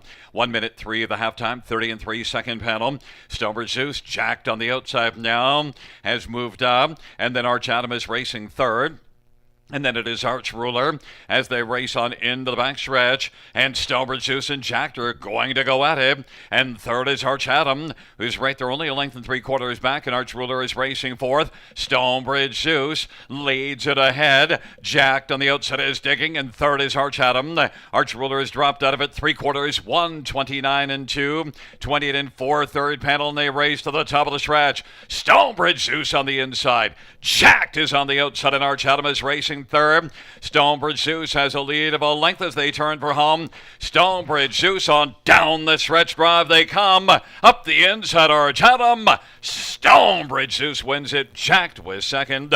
Arch Adam third, and Arch Ruler fourth, a mile of 1:58 and 2 off a half of 1 minute and 3.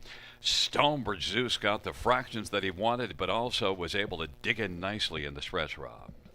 Yeah, he was. I mean, it was a big effort from Stonebridge Zeus. You know, went to the lead from post 4, as it turns out, and you know, at that point, Gary, I said, you know what, Gary's gonna be right about this one. I don't think there's gonna be any beating Stonebridge Zeus in here. But Jacked, I mean, made a good account of himself, right? I mean, this is a huge step up in facing one like Stonebridge Zeus. We said the discrepancy now was a 60,000 life last time for one. Now there's a 5,000 life for the other. But I think Jack's going to be a pretty nice trotter in his own right because he hung around first over and still managed to get second despite Arch Adam coming up the passing lane late. Yeah, you have to wonder if maybe if the trips were reversed, maybe Jacked would be enough to beat Stonebridge Zeus. But tough to go against one that has more class, and you have to do it the harder way. Yeah, exactly. It was kind of a big ask of Jackton there. I mean, I went back to him with that trip scenario. I thought he'd certainly be up against it, but again, too, you know, I think I was certainly underestimating Stonebridge Zeus, but you didn't. You were on the right side. Once in a while, I get one right, and got 5, 4, 3, 1 as the top 4 on the board. And Stonebridge Zeus 2 to 5, a mile of 1:58 and 2 will be back in front of us. Beautiful shot of the moon.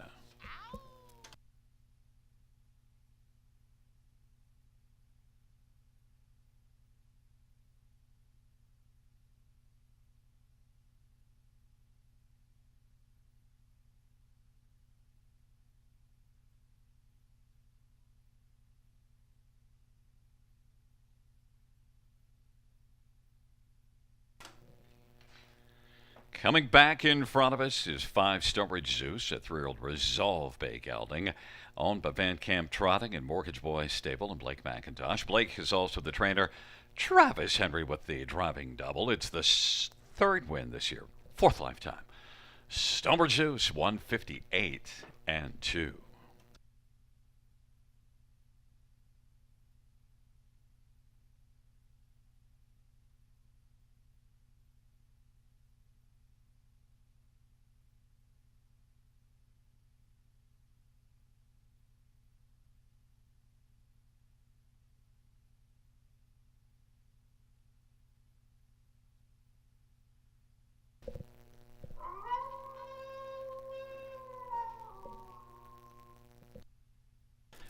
The fifth race of Payouts 5 Storage Zeus, 290 and 210 for Jack 210. $2 exactor, 380. The dollar pick 5 of 5 pays $63.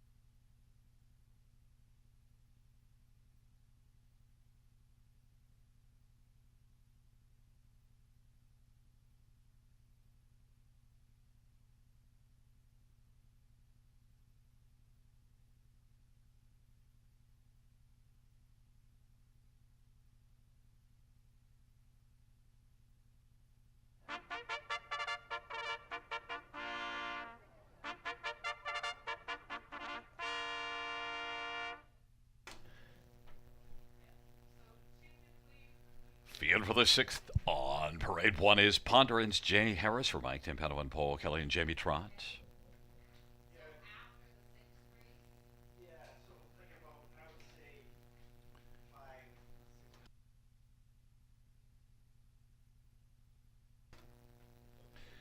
Number two is Fiscal Policy. Mike Horner for Mark. Oh, Mike Horner is the driver, trainer, and owner. Curveball. Three, Doc's Paparazzi. Talibor for Blair Burgess and Dr. Andrew Roberts. And four is YS Better's Legacy. Bruce Richardson for Jim Lee. Five, Salzburg Boomer. Scott Calder for Lori LePage and Rebecca Williamson. And number six, All the Cheddar. Garrett Rooney for Catherine Cochran and Stephen Bestard. And number seven, Dalhousie, is Travis Henry for Jim Kerr and Bill Ramage. Eight is Night Out, Brad McDonough for Bob McIntosh and Randy Lipa. Field of eight. Note that number eight, Night Out, scores from the trailer post. It's the start of the pick four. This dash also features the super high five. And let's get a look at this field. And, well, we're going to start with number eight, Night Out, because you know what, Rob? Somebody told me one time, if you like the one, you got to like the eight, I think it was. Yeah, well, something like that, right? But I do think that one like Night Out in here, we still gain equity knowing what we know that, he's going to score from post 9, because some people that just look at the program, and their pick fours and stuff might still think it's post 8, right? So Night Out, I think, is one that, has to have a big chance in here. And right now is going off at an inflated price at 9-2, likely because he has number 8 on his saddle pad, because Two Back was a dominant winner here at the River from the Rail. Obviously, Trip won't be the same this time around, but I think you still got to respect his chances. Yeah, and also Bob McIntosh, and certainly Bob's had a lot of fine winners in his career, and Brett McDonald's been driving well. Night Out is sitting a value play at 4-1. You went also with To the Outside Post, though, with Dalhousie to include that one on your top two. Yeah, Dalhousie is. Listen, this horse we think is an uber talented horse. We've seen him win over this surface, and went over to Mohawk Park. And what did he do there? He won by a nose and was sitting third for much of that mile. Closed late and came home in 28-2 to get up by that slim margin over Heart of Dixie. And this one had post 7, Two Back here in this class. Kind of just got away last, a long way out of it, and then ended up closing a couple positions to finish 5th. But I don't think he's at a place in here at all. In fact, I think if he had an inside post, he'd be my number 1 pick of the night. Well, Jim Kerr's had some nice horses in his career, and he's always put up some decent numbers. So Dalhousie, I think, has to be a consideration. But I think you got to ponder the chances of the horse down on the inside with Jay Harris driving. Yeah, Ponderance, listen, obviously 8-5 on the board right now. Speed from the rail. You have to respect his chances in here. No question about it. But I do think that, maybe, has to face a couple of tough ones, right, with Dalhousie and Night Out. Night Out's going to be right on his back. So if Ponderance blasts out of there, my hope is Night Out goes right with him and then tries to come around him at some point in the mile or just sit a trip behind him. So, Ponderance is one that I think, a good second last time, was a winner 3 back at Georgian Downs and raced for a barn that's already, got a victory tonight. So 9-5, I think that's probably about the price I was expecting on him, but I just still prefer Night Out at 5-2. Number 6, All the Cheddar, one that you're going to use on the super high 5, and why not? 5 out of 6 in the top 2. Yeah, and I like the competition he's been racing against too, right? I think you have to look at who he's been up against and the trips he's gone, and say he kind of figures in here. The problem for me for putting him higher than the 4th spot is post 6. That's really what it came down to, because I thought he was okay 2 back and finishing second to Tough Cooper, and last time closed well to finish 4th. Last quarter was 27-4. How does he get into the race tonight? I think he's got to kind of close from out of it because he's got speed to his inside. And I think Night Out's going to be pushing along the trailing post too. So All the Cheddar for me, when I'm using the bottom end of the exotics, but he's taking a lot of support right now at 4-1. It was bet down to as low as 9-5 earlier. And number 4, YS Better's Legacy. Equipment change, blinkers to blind bridle. 8 in a row in the top 4, so one you can include on the ticket. I think you have to use him in the high five because he's a horse that has tactical speed and he can sit a trip. And I thought last time was a disappointing effort, but an opportunity to take back value on him, right? He got bet down to 3-2 in his latest. This time around, he's 25-1 back in the same class. So, or against similar company, either way. I'd use him somewhere in the high five, maybe even the bottom end of the trifecta. Well, both of us went with Night Out from the trailer post. We saw that 8 and said, yeah, we could maybe get some value. It's still sitting at 5-2 if the fans are on one ponderance at 3-2 on the board as they take up their positions. Ponderance. Fiscal policy on the inside. In the center, Doc's Paparazzi, YS Better's Legacy, and Salzburg Boomer. And to the outside, all the Cheddar and Dalhousie. And the second tier, Night Out. It's a field of 8.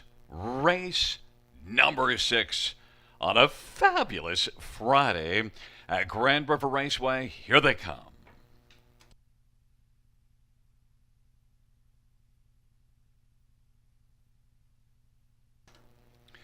Field 4, race number 6 is at the start of the rough, and Doc's Paparazzi, Ponderance, Fiscal Policy, and Salzburg Boomer as the field charges into that first turn, and now Night Out from the trailer post is going to press right on through. Ponderance has got the lead. Night Out is second out. Fiscal Policy third. Doc's Paparazzi, and then Dalhousie to the outside is past 3 right now. YS Better's Legacy, then Salzburg Boomer, and all the Cheddar is back trailing the field. Ponderance 3-5 on the board. Night Out is second, and Dalhousie was able to get to the pylons third after leaving from the outside. Fiscal Policy is racing fourth. Then it is Doc's Paparazzi and YS Better's Legacy and Salzburg Boomer, and all the Cheddar 27-3 opening panel. And they work their way off the turn. Ponderance, the heavy favorite, 3-5 has the lead. Night Out is in a stalking position, racing second, and is about 2 1/4 back. And then third is Dalhousie, as the front ones are spread out a bit, and racing fourth is Fiscal Policy. Then YS Better's Legacy, Doc's Paparazzi, Salzburg Boomer, and all the Cheddar 57-1 the halftime. And Ponderance with the front into the backstretch they go. Night Out is now up close in the pocket, and racing third is Dalhousie, and then Fiscal Policy and Doc's Paparazzi. And popping out from third is Dalhousie. Night Out on the inside. Dalhousie has come on and is taken over second and is bearing down on Ponderance. 3/4 1, 26-1. And Dalhousie is shipped right alongside Ponderance now as they duel their way to the top of the stretch. And Night Out is third. And Fiscal Policy is racing fourth. Ponderance is hanging tough on the inside. But Dalhousie is still there grinding and trying to wear down Ponderance. Ponderance and Dalhousie. Ponderance on the inside. Ponderance and Dalhousie. Ponderance wins it. Dalhousie was second. Night Out third. And then Fiscal Policy was fourth. Ponderance 3-5 on the board. Well, we might have doubted this one a little too much, but the fans didn't. Drove Ponderance all the way down to 3-5, Rob. Yeah, he did, and he had a little bit of trouble on one of the turns. He kind of bore out a little bit, and then I thought he was kind of getting tired, but he just kept on chugging along. Dalhousie chased him gamely right to the wire. Night Out obviously just wasn't able to go with these ones tonight. Got a perfect trip and did exactly what I was hoping he would do: push out right on the helmet of Jay Harris, sit a 2-hole trip, but didn't really have any answers in the stretch. Ended up pretty big margin back of these two that hit the wire together. Yeah, it was pretty clear when there was a moment to come out, and Dalhousie comes flying up on the outside, and you could tell that Night Out just wasn't going to have it. No, wasn't going to have it tonight at all. I mean, he looked like he did, put in some steps throughout the mile as well. Not that really had any impact on it, but Dalhousie post 7. To leave out the way he did to try to get in a position, then come first up. I mean, I think that, if you reverse the post position, there's no question who probably would have emerged victorious there. But take nothing away from Ponderance, it was still a good effort.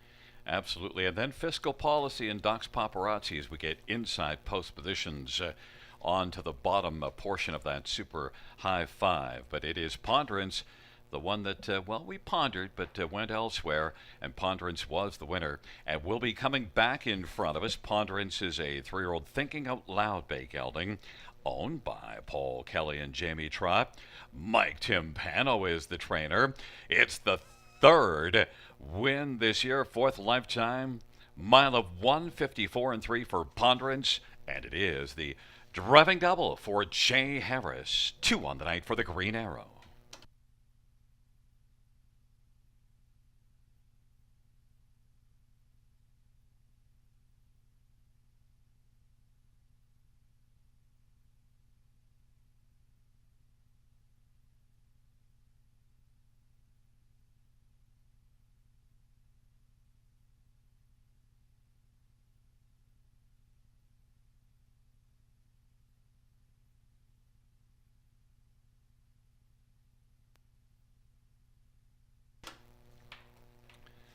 The 6th race pouch, 1 Ponderance, 320, 240, 230.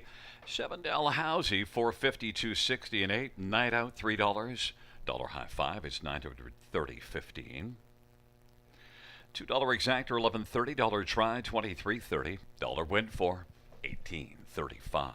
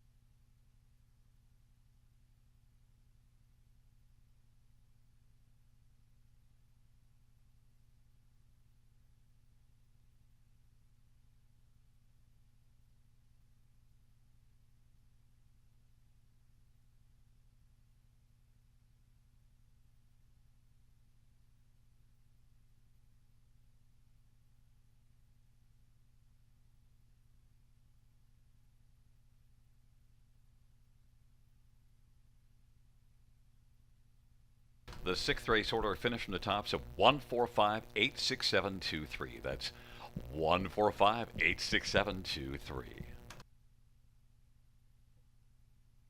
Winback Farm was the #1 breeder in Delaware, New York, and Ontario for 2021 sire stakes. Highlighting Winback Farm's 2022 lineup are first crop yearlings from Courtly Choice, Jimmy Freight, McWicked, and Stag Party. Introducing the first North American yearlings from The Bank. Visit www.winbackfarm.com for sale lineups. Again, for more information, that's winbackfarm.com.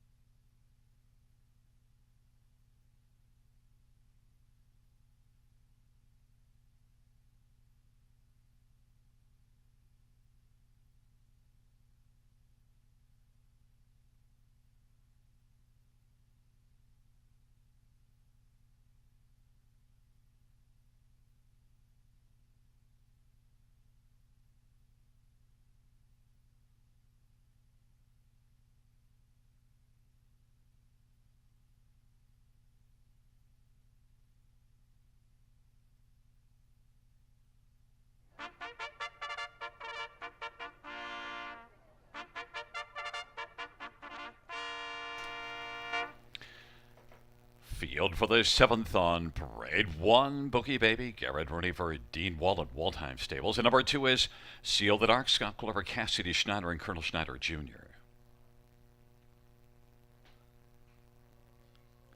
Number 3, She's Got the Luck, Child of Borth for Sean Hyatt and Kyle Stretch.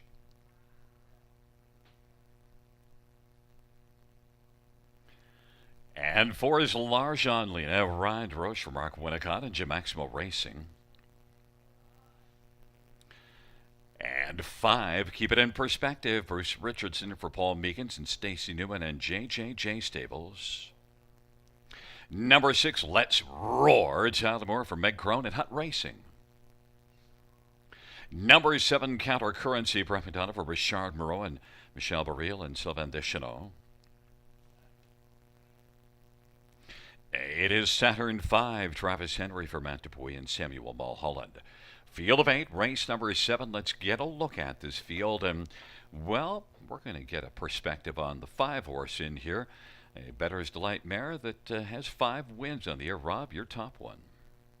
Yeah, and right now I think going off at a big overlay at 6-1, no question about it. I mean, I understand the support for the 1 Bookie Baby, but Keep in Perspective was a winner in this class 2 back and did so on the front end from post 4. Now has post 5 to work from, but I thought it was a strong winner on that occasion to opening quarter 27-3, and then came back against tougher rivals, no question about it. Georgian Downs and finished 4th in her latest. So I think she's got to push forward off the gate tonight. And for me, I was actually looking towards the center of the gate with her and Larjan Lena as the 2 I wanted to be involved with. And the barn of Paul Meekins has put up some decent numbers this year. Number 4, Larjan Lena, a mare that just keeps proving herself to us. Last time out, I doubted her, and well, guess what? Winner Larjan Lena. So my top one this time, I decided not to doubt. 2-1. Yeah, it's probably a good idea. I mean, she's got 9 wins on the season now. She's 9 for 21, has hit the board in 13 of those efforts. And, last time pushed out from the rail, led, for most of the way, did have a challenger coming to her in the stretch that made a break in stride, had to sweat out an inquiry, but still ended up getting the W. And she's a horse that gets really brave and she swells up when she's on the lead. And I think that's got to be the game plan. There's not a tremendous amount of speed directly to her left. Obviously, Bookie Baby can push out from the inside, but doesn't show a tremendous amount of speed, even when having it inside post. So I think Larjan is going to the front. If she gets there, she's one that's not easy to pass, and she typically, goes all the way when she's on the engine. And of course, the obvious reason for Bookie Baby getting so much more support is now comes back 7 days later after being off before that last race, and that last one was good. It was a good one. Yeah, came from a long way out of it. The only thing I would kind of proceed with caution on is 32-1 in that effort. Got away 7th, was chasing obviously hot fractions, right? 27-2, 56-4. She's supposed to close into it at that point, and she did. She only got beat just over a length. What's the trip scenario tonight? I mean, if she can get away before the place, that might help things. But, if she gets away flat-footed off the gate, she might have some work to do to catch the legs of Larjan Lena and keep it in perspective if that one blasts off as well. Well, and the biggest reason why I wouldn't want this one at a short price is 1 win in 43 starts does not, for me, make an even money horse. But that doesn't mean that she couldn't win. I just wouldn't want my money on that kind of scenario. But there is number 7, Counter Currency, 14-1. You don't have to worry about a short price there. Tougher post, but it is Brett McDonald, Richard Moreau. Yeah, you got rock solid connections and a horse that was just 4-1 last time against these same horses and from the same post position. So no luck in the post draw for Counter Currency. He has to work from a very difficult starting spot again, but you're getting a better price this time around at least. At right now at 15-1. So last time she tried to get forwardly placed and she came first up and tired. I think with a more favorable trip scenario this time around, maybe we'll see her do a little bit better. But I certainly can't get there on a win ticket, but I'll use her underneath the exotics. I think the thing that might be scaring people away is if you look at all that good form before that last one, it was all from favorable posts. And so they look at it and say, I guess her act, she has to be up close to the pace. Yeah, I would think so. Yeah, I mean, it makes sense, right? I thought last time she was actually overbet from post 7 when she went off at 4-1. So this time around, she's probably going off at the price she should be. And again, trip scenario is everything. I mean, if Larjan Lena gets to the front and can kind of get reasonable fractions, I think it's going to make things really difficult on one leg counter currency. And I jumped off Saturn 5 because of the post position. This one got beat by Larjan Lena by only a length last time up, but it wasn't post 8. Exactly. Yeah, that time around got to get away favorably from the trailing post. This time around, it's going to be much more difficult from the outermost post in the contest. Well, it is a field of 8. It is race number 7.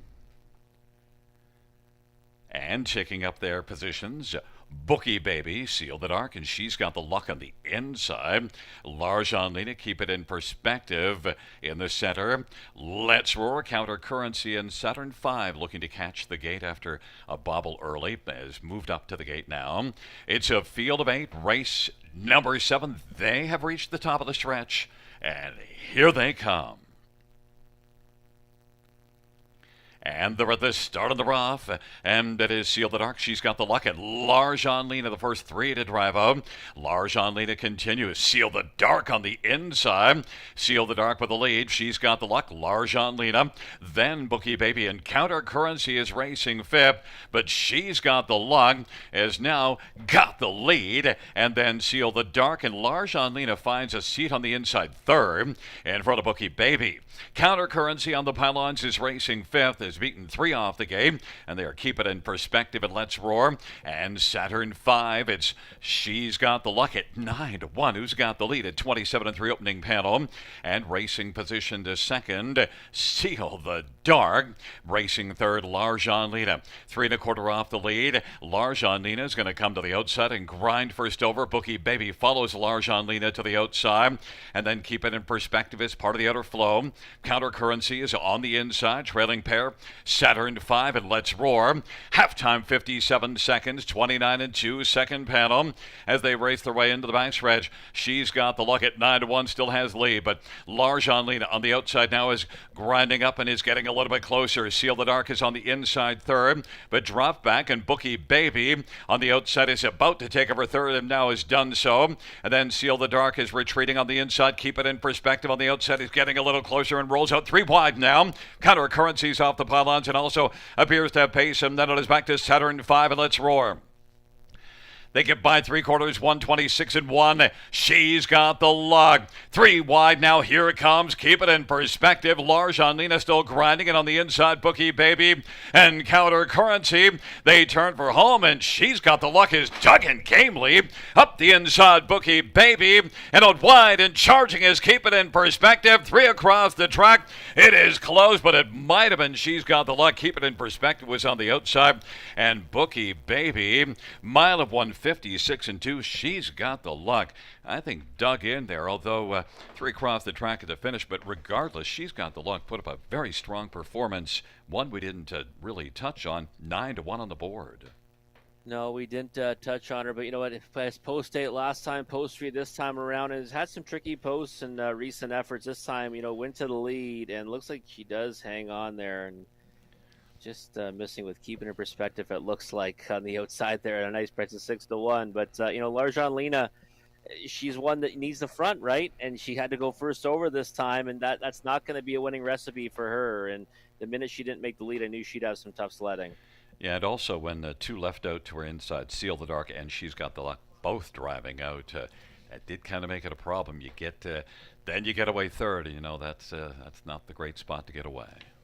No, it isn't, because it pretty much forces your hand to either sit on the pylons and get trapped in, or go first over. And it was, she was game out there, but you have to take into consideration that you've got a decent horse like her grinding away on the first over spot, and She's Got the Luck kept on going, with all that being thrown at her. So it was a real big effort from this mare tonight, and those who backed her get rewarded with a really nice price. And keep it in perspective, did a lot of work because was 3rd over, then eventually came on nicely, but was out 3 wide. Top of the stretch, I thought the 5 would be your winner.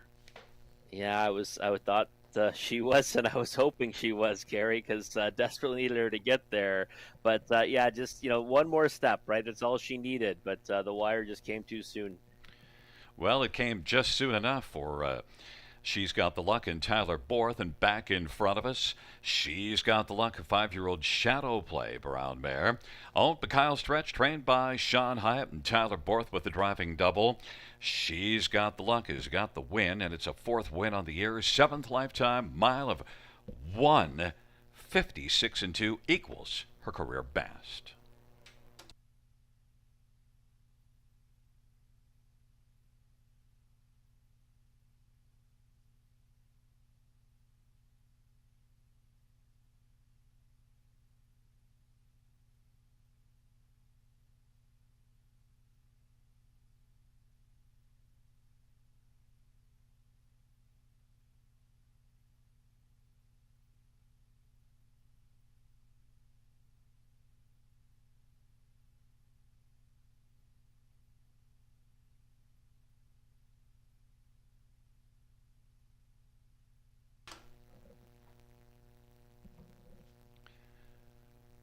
The 7th race payouts, number 3, She's Got the Luck, 2040. 770 and 640. 5, Keep It in Perspective, 720 and 370. And 1, Bookie Baby, 260. $2 exactor at 207.50. Dollar try, 227.35. Dollar super, 1741.30.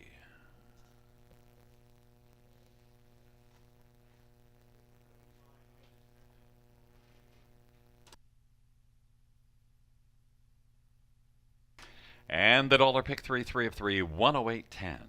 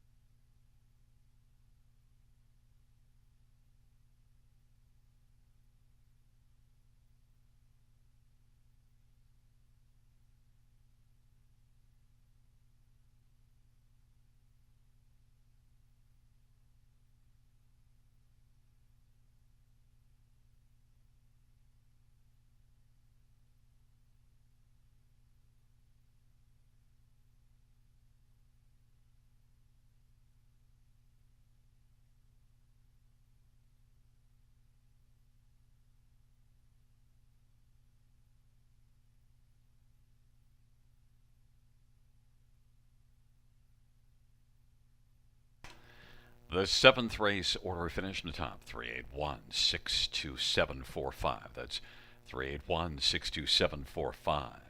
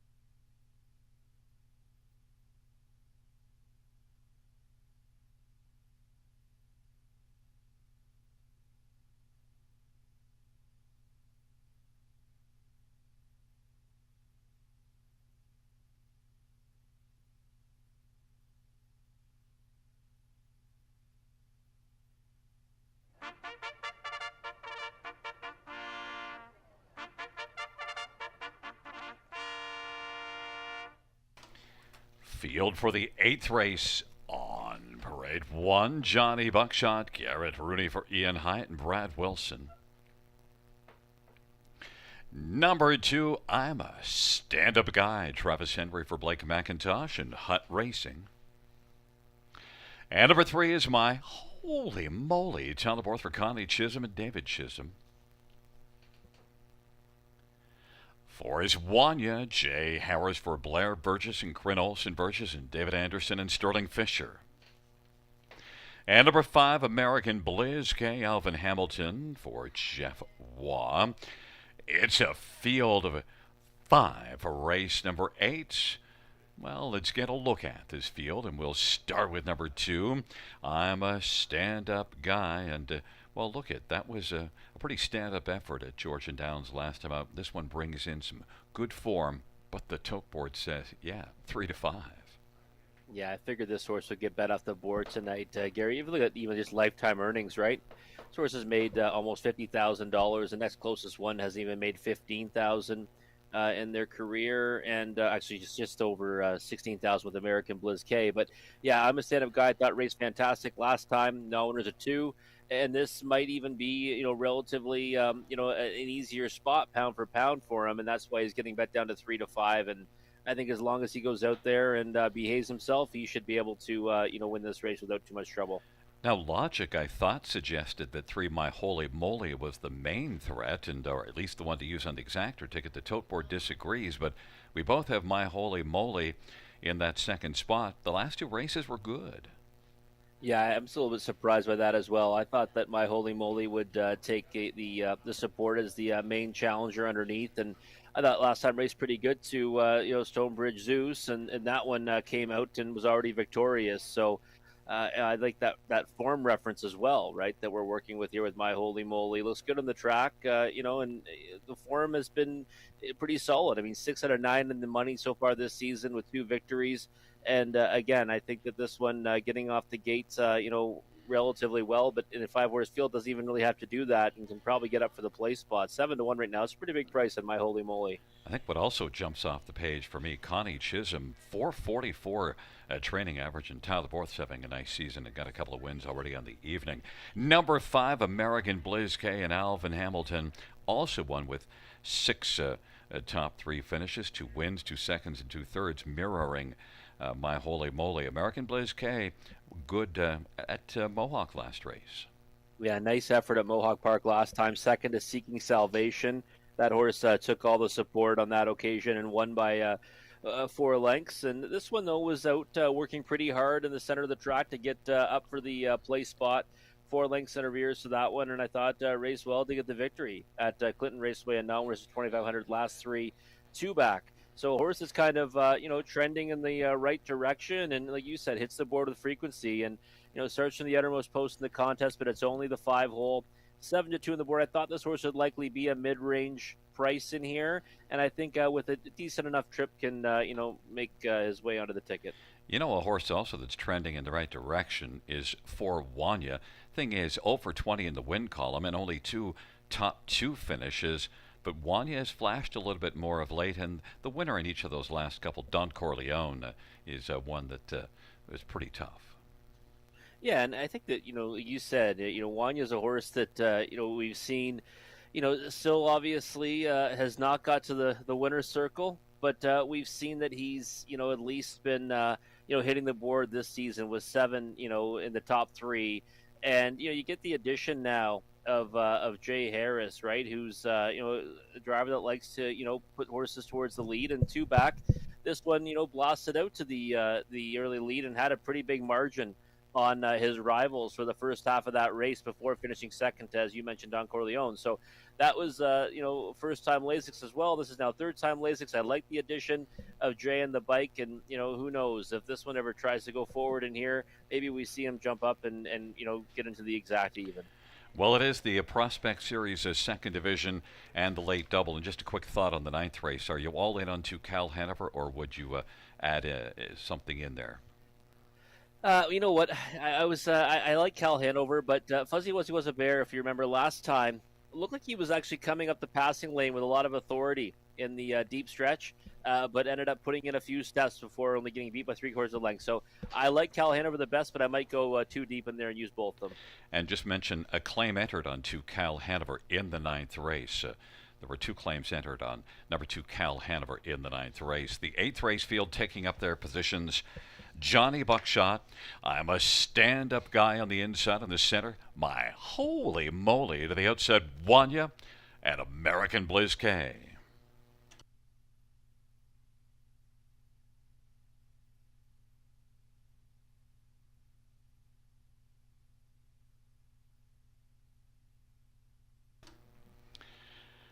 It's a field of 5 for the eighth race. They're in the stretch, gathering speed. Here they come.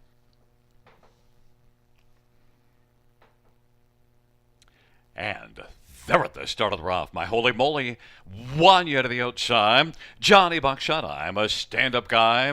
And then back to American Bliss K as they work their way around the turn. Johnny Buckshot went off stride and has recovered, but is racing second last, and American Bliss K to the outside trails the field. But Wanya and Jay Harris wanted the lead and has got it. But now my holy moly is going to surge on the outside, and my holy moly, and Tyler Borth now is going to clear to the front. Wanya's racing second, and I'm a stand-up guy is racing third, about 4 1/4 off lead, 28-4 the opening quarter. Then Johnny Buckshot and American Bliss K, my holy moly, has a lead of about 2 1/4 lengths as they race their way off the turn. And second is Wanya. Then racing third, I'm a stand-up guy, is on the inside right now in front of Johnny Buckshot. And then American Bliss K is back trailing the field. They race past the half in 58-3, 29-4, second panel. Popping out from third goes I'm a stand-up guy. It is my holy moly who's got the lead. My holy moly stretches out the cushion to about 4 lengths, and I'm a stand-up guy now. Has come on to take over second. Wanya third. Then Johnny Buckshot and American Bliss K. My holy moly, but here comes I'm a stand-up guy. And I'm a stand-up guy is a closing guy now and is just about a neck back, now a head back, and now is right alongside my holy moly. They're paired up by 3/4, 128-2. Johnny Buckshot went off stride, and it is I'm a stand-up guy. My holy moly, though, is fighting gamely on the inside.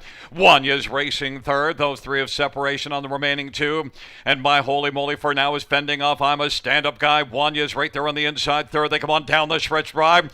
My holy moly, and I'm a stand-up guy. I'm a stand-up guy working hard on the outside. Is going to come on by my holy moly, but it wasn't easy. Wanya third and American Bliss K. I am a stand-up guy. 3-5 on the board. Had to work hard to get there, but did work hard and got there. Yeah, he ended up getting there, Gary. It was a nice effort from him, a stand-up guy. This one was, bet down to like around 1-5. Then all of a sudden went up above, even money when some money came in on Johnny Buckshot. Then, of course, got hammered back down to the 3-5 odds on. But, when a horse tries to go by first over and then gets turned away, sometimes they pack it in. But I'm a stand-up guy didn't. You can see he's a pretty big horse there, and he kept on grinding away in that first over position and then got up for the win in the stretch drive. Well, and he lived up to the fact that that win last time out at Georgian was pretty solid, and I'm a stand-up guy. Really grinding effort, but I also like that when Travis gets one on the outside, he doesn't get overly exerting. He drives with that confidence with the one on the outside. Yeah, he does, for sure. And that's the thing. When you don't first go by on the turn, sometimes it's best is to take a hold, and then wait for the straightaway, and that's when you really want to get the most out of your horse. And that's what he did there with I'm a stand-up guy. But, my holy moly, the one that we kind of thought was the one you'd want to use underneath, that was a good effort, right? Went to the lead and went a long way before getting caught right, in the dying strides. And Wanya, a horse that we thought we might see good things from with Jay Harris aboard, did exactly that. Blasted out to the early lead and sat a decent trip to finish third at 25-1.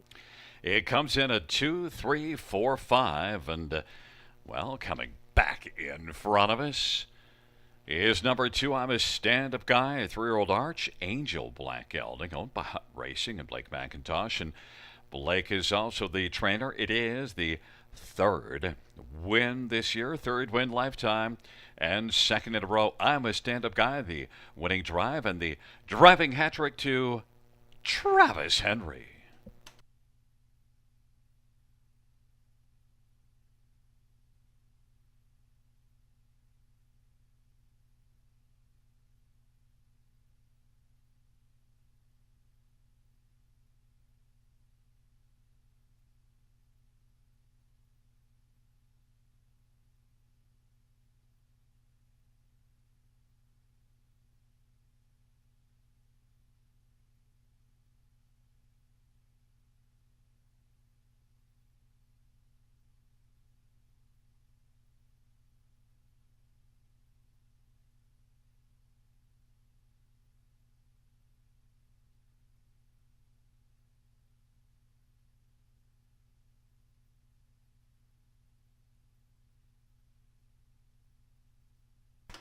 Eighth race payouts to I'm a stand-up guy, 330. 240, 220. 3 by Holy Moly, 340, 274. Wanya, 330. $2 exactor, $6. Dollar try, 27.80. Dollar super, 71.55.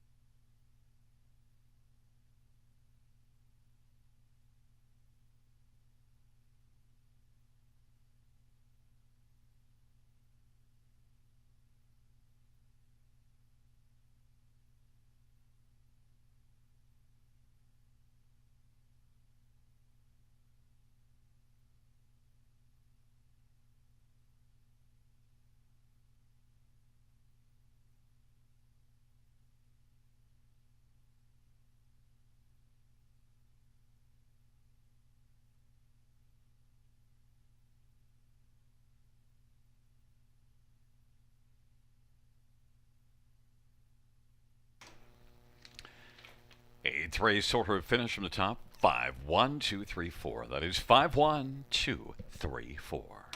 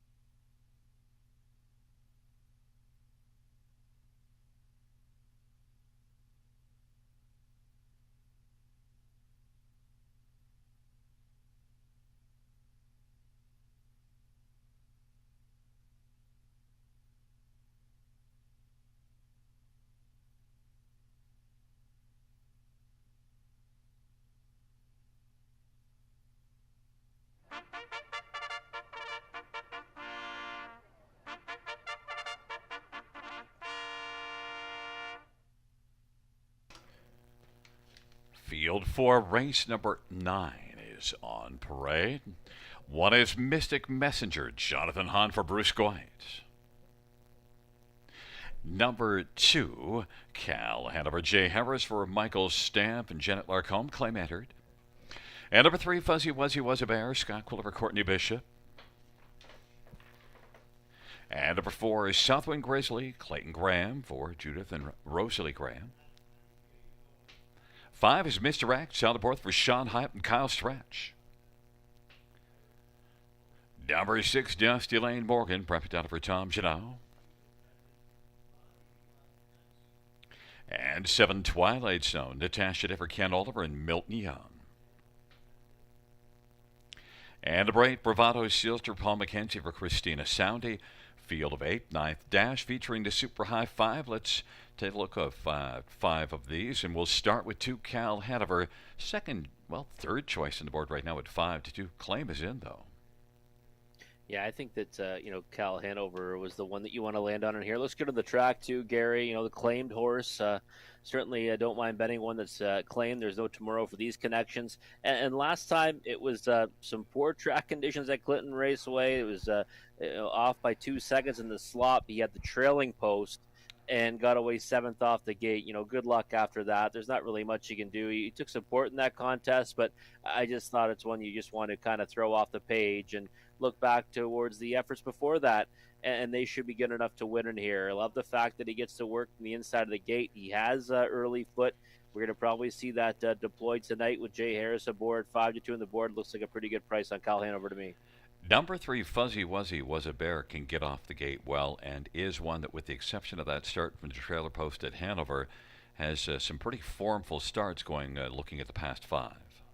He is. Yeah, he's always in the mix, isn't he? Because he's got that tactical speed, and he's a horse that, when he sits a trip, he's always dangerous. And I thought last time he was going to get to the winner's circle because he was coming up the passing lane late after sitting an inside journey and then put a few ugly steps in, which probably cost him the win. He got beat by 3/4 of a length to Jet Set Charmer on that occasion.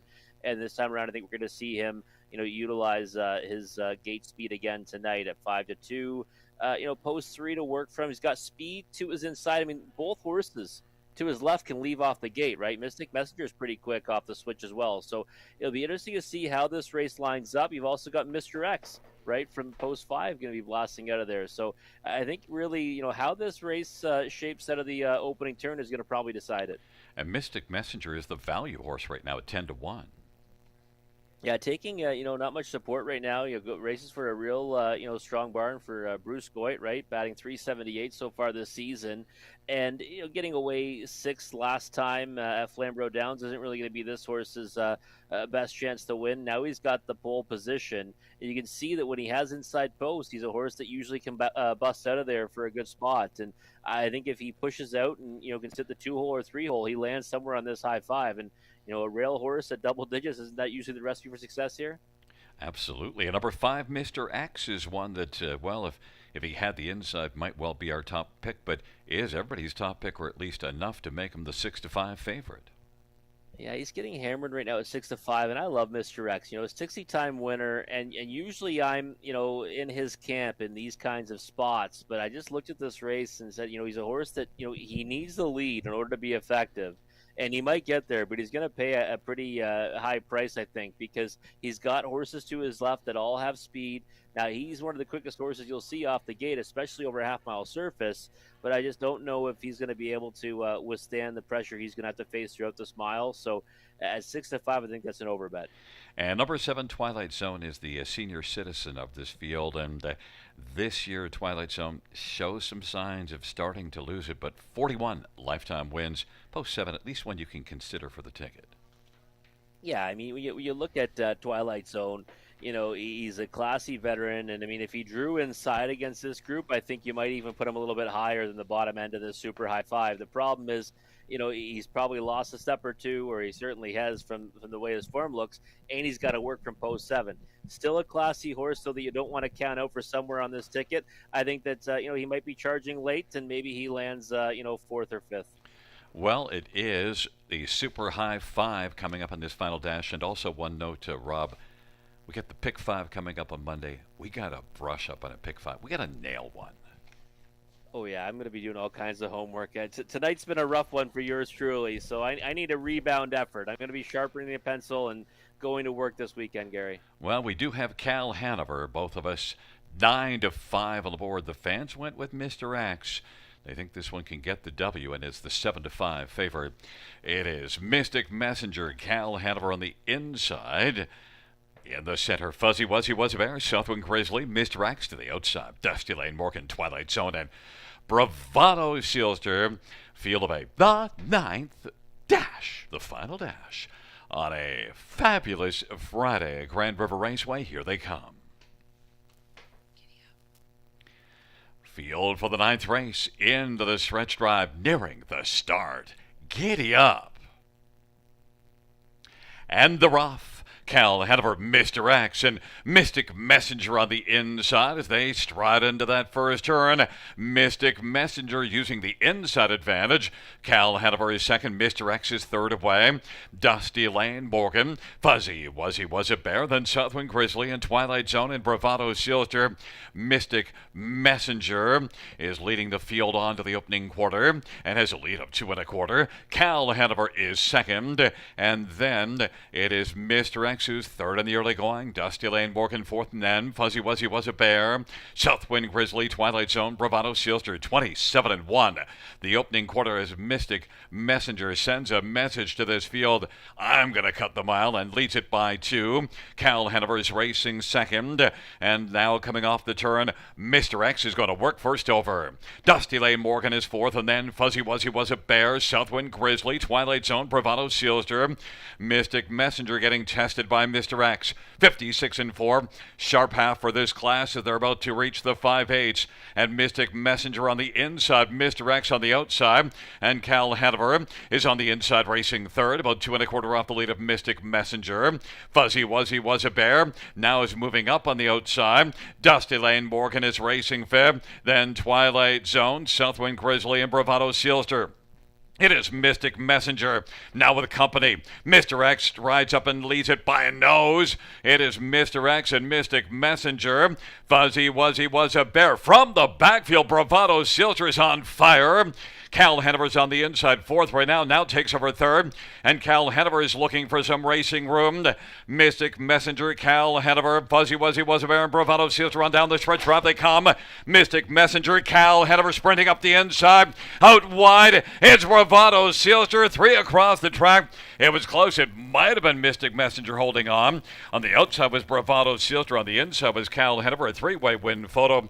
Dusty Lane Morgan was fourth, a mile of 1:57-2. It was close, but I think maybe Mystic Messenger held on, but we might need a photo. But it certainly was an interesting dash. It was, Gary. Mystic Messenger, we thought this one would push out on the inside, and he did exactly that, and he wanted the engine. He didn't want to let Cal Hanover go, didn't let Mr. X go, and, that was a real game effort, win or lose, really, for Mystic Messenger. Races for a real strong barn for Bruce Goyt, and went off at a big number in here, all things considered. Now that I'm looking at it, maybe the 8 got there, but we want to see the slow motion, but I did think that Mystic Messenger held on when I saw it live, and maybe you just have to trust your instincts live. Here comes the 8 Bravado Sealster on the outside. I told you it was close, but it looked like maybe Mystic Messenger holding on.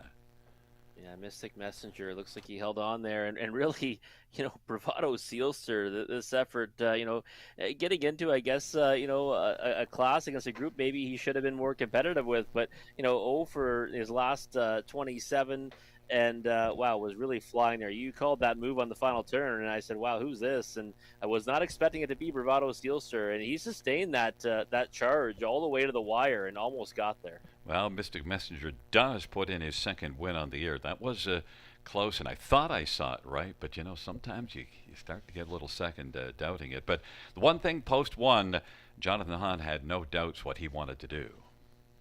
Yeah, no speed, rail control. You got to do one thing and go one way. And, Mr. X challenged this one first over a long way, and he stayed game. Cal Hanover, perfect trip, couldn't get there. Hats off to Mystic Messenger in the finale. Well, back in front of us is one Mystic Messenger, 11-year-old Cam Mystic Brown Gelding, owned and trained by Bruce Goyt. Jonathan Hahn's the winning driver, second win this year. 21st lifetime. Ninth race to Mystic Messenger.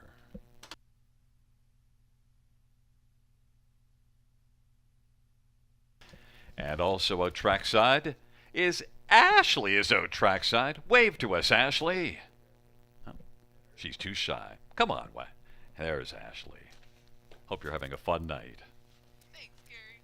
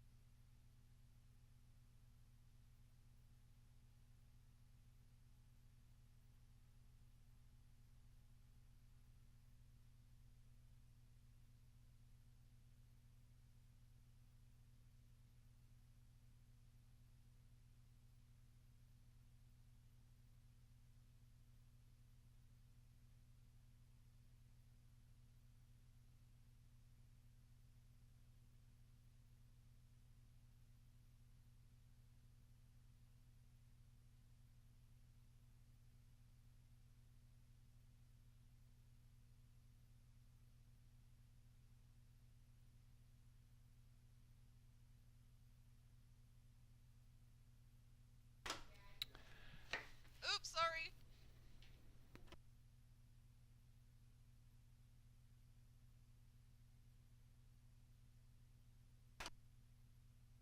The ninth race payouts. One Mystic Messenger, 1760, 860, 548. Bravado Silster, 3490 and 910, and 2 Cal Hanover 350. High five carryover into Monday of $2,900, $2.87. $2 exactor, $1,467.20. Note the dollar win for 404, $1,008.50. And we had a dollar try of $1,486.95 and a $2 double of 2 and 1, $32.60.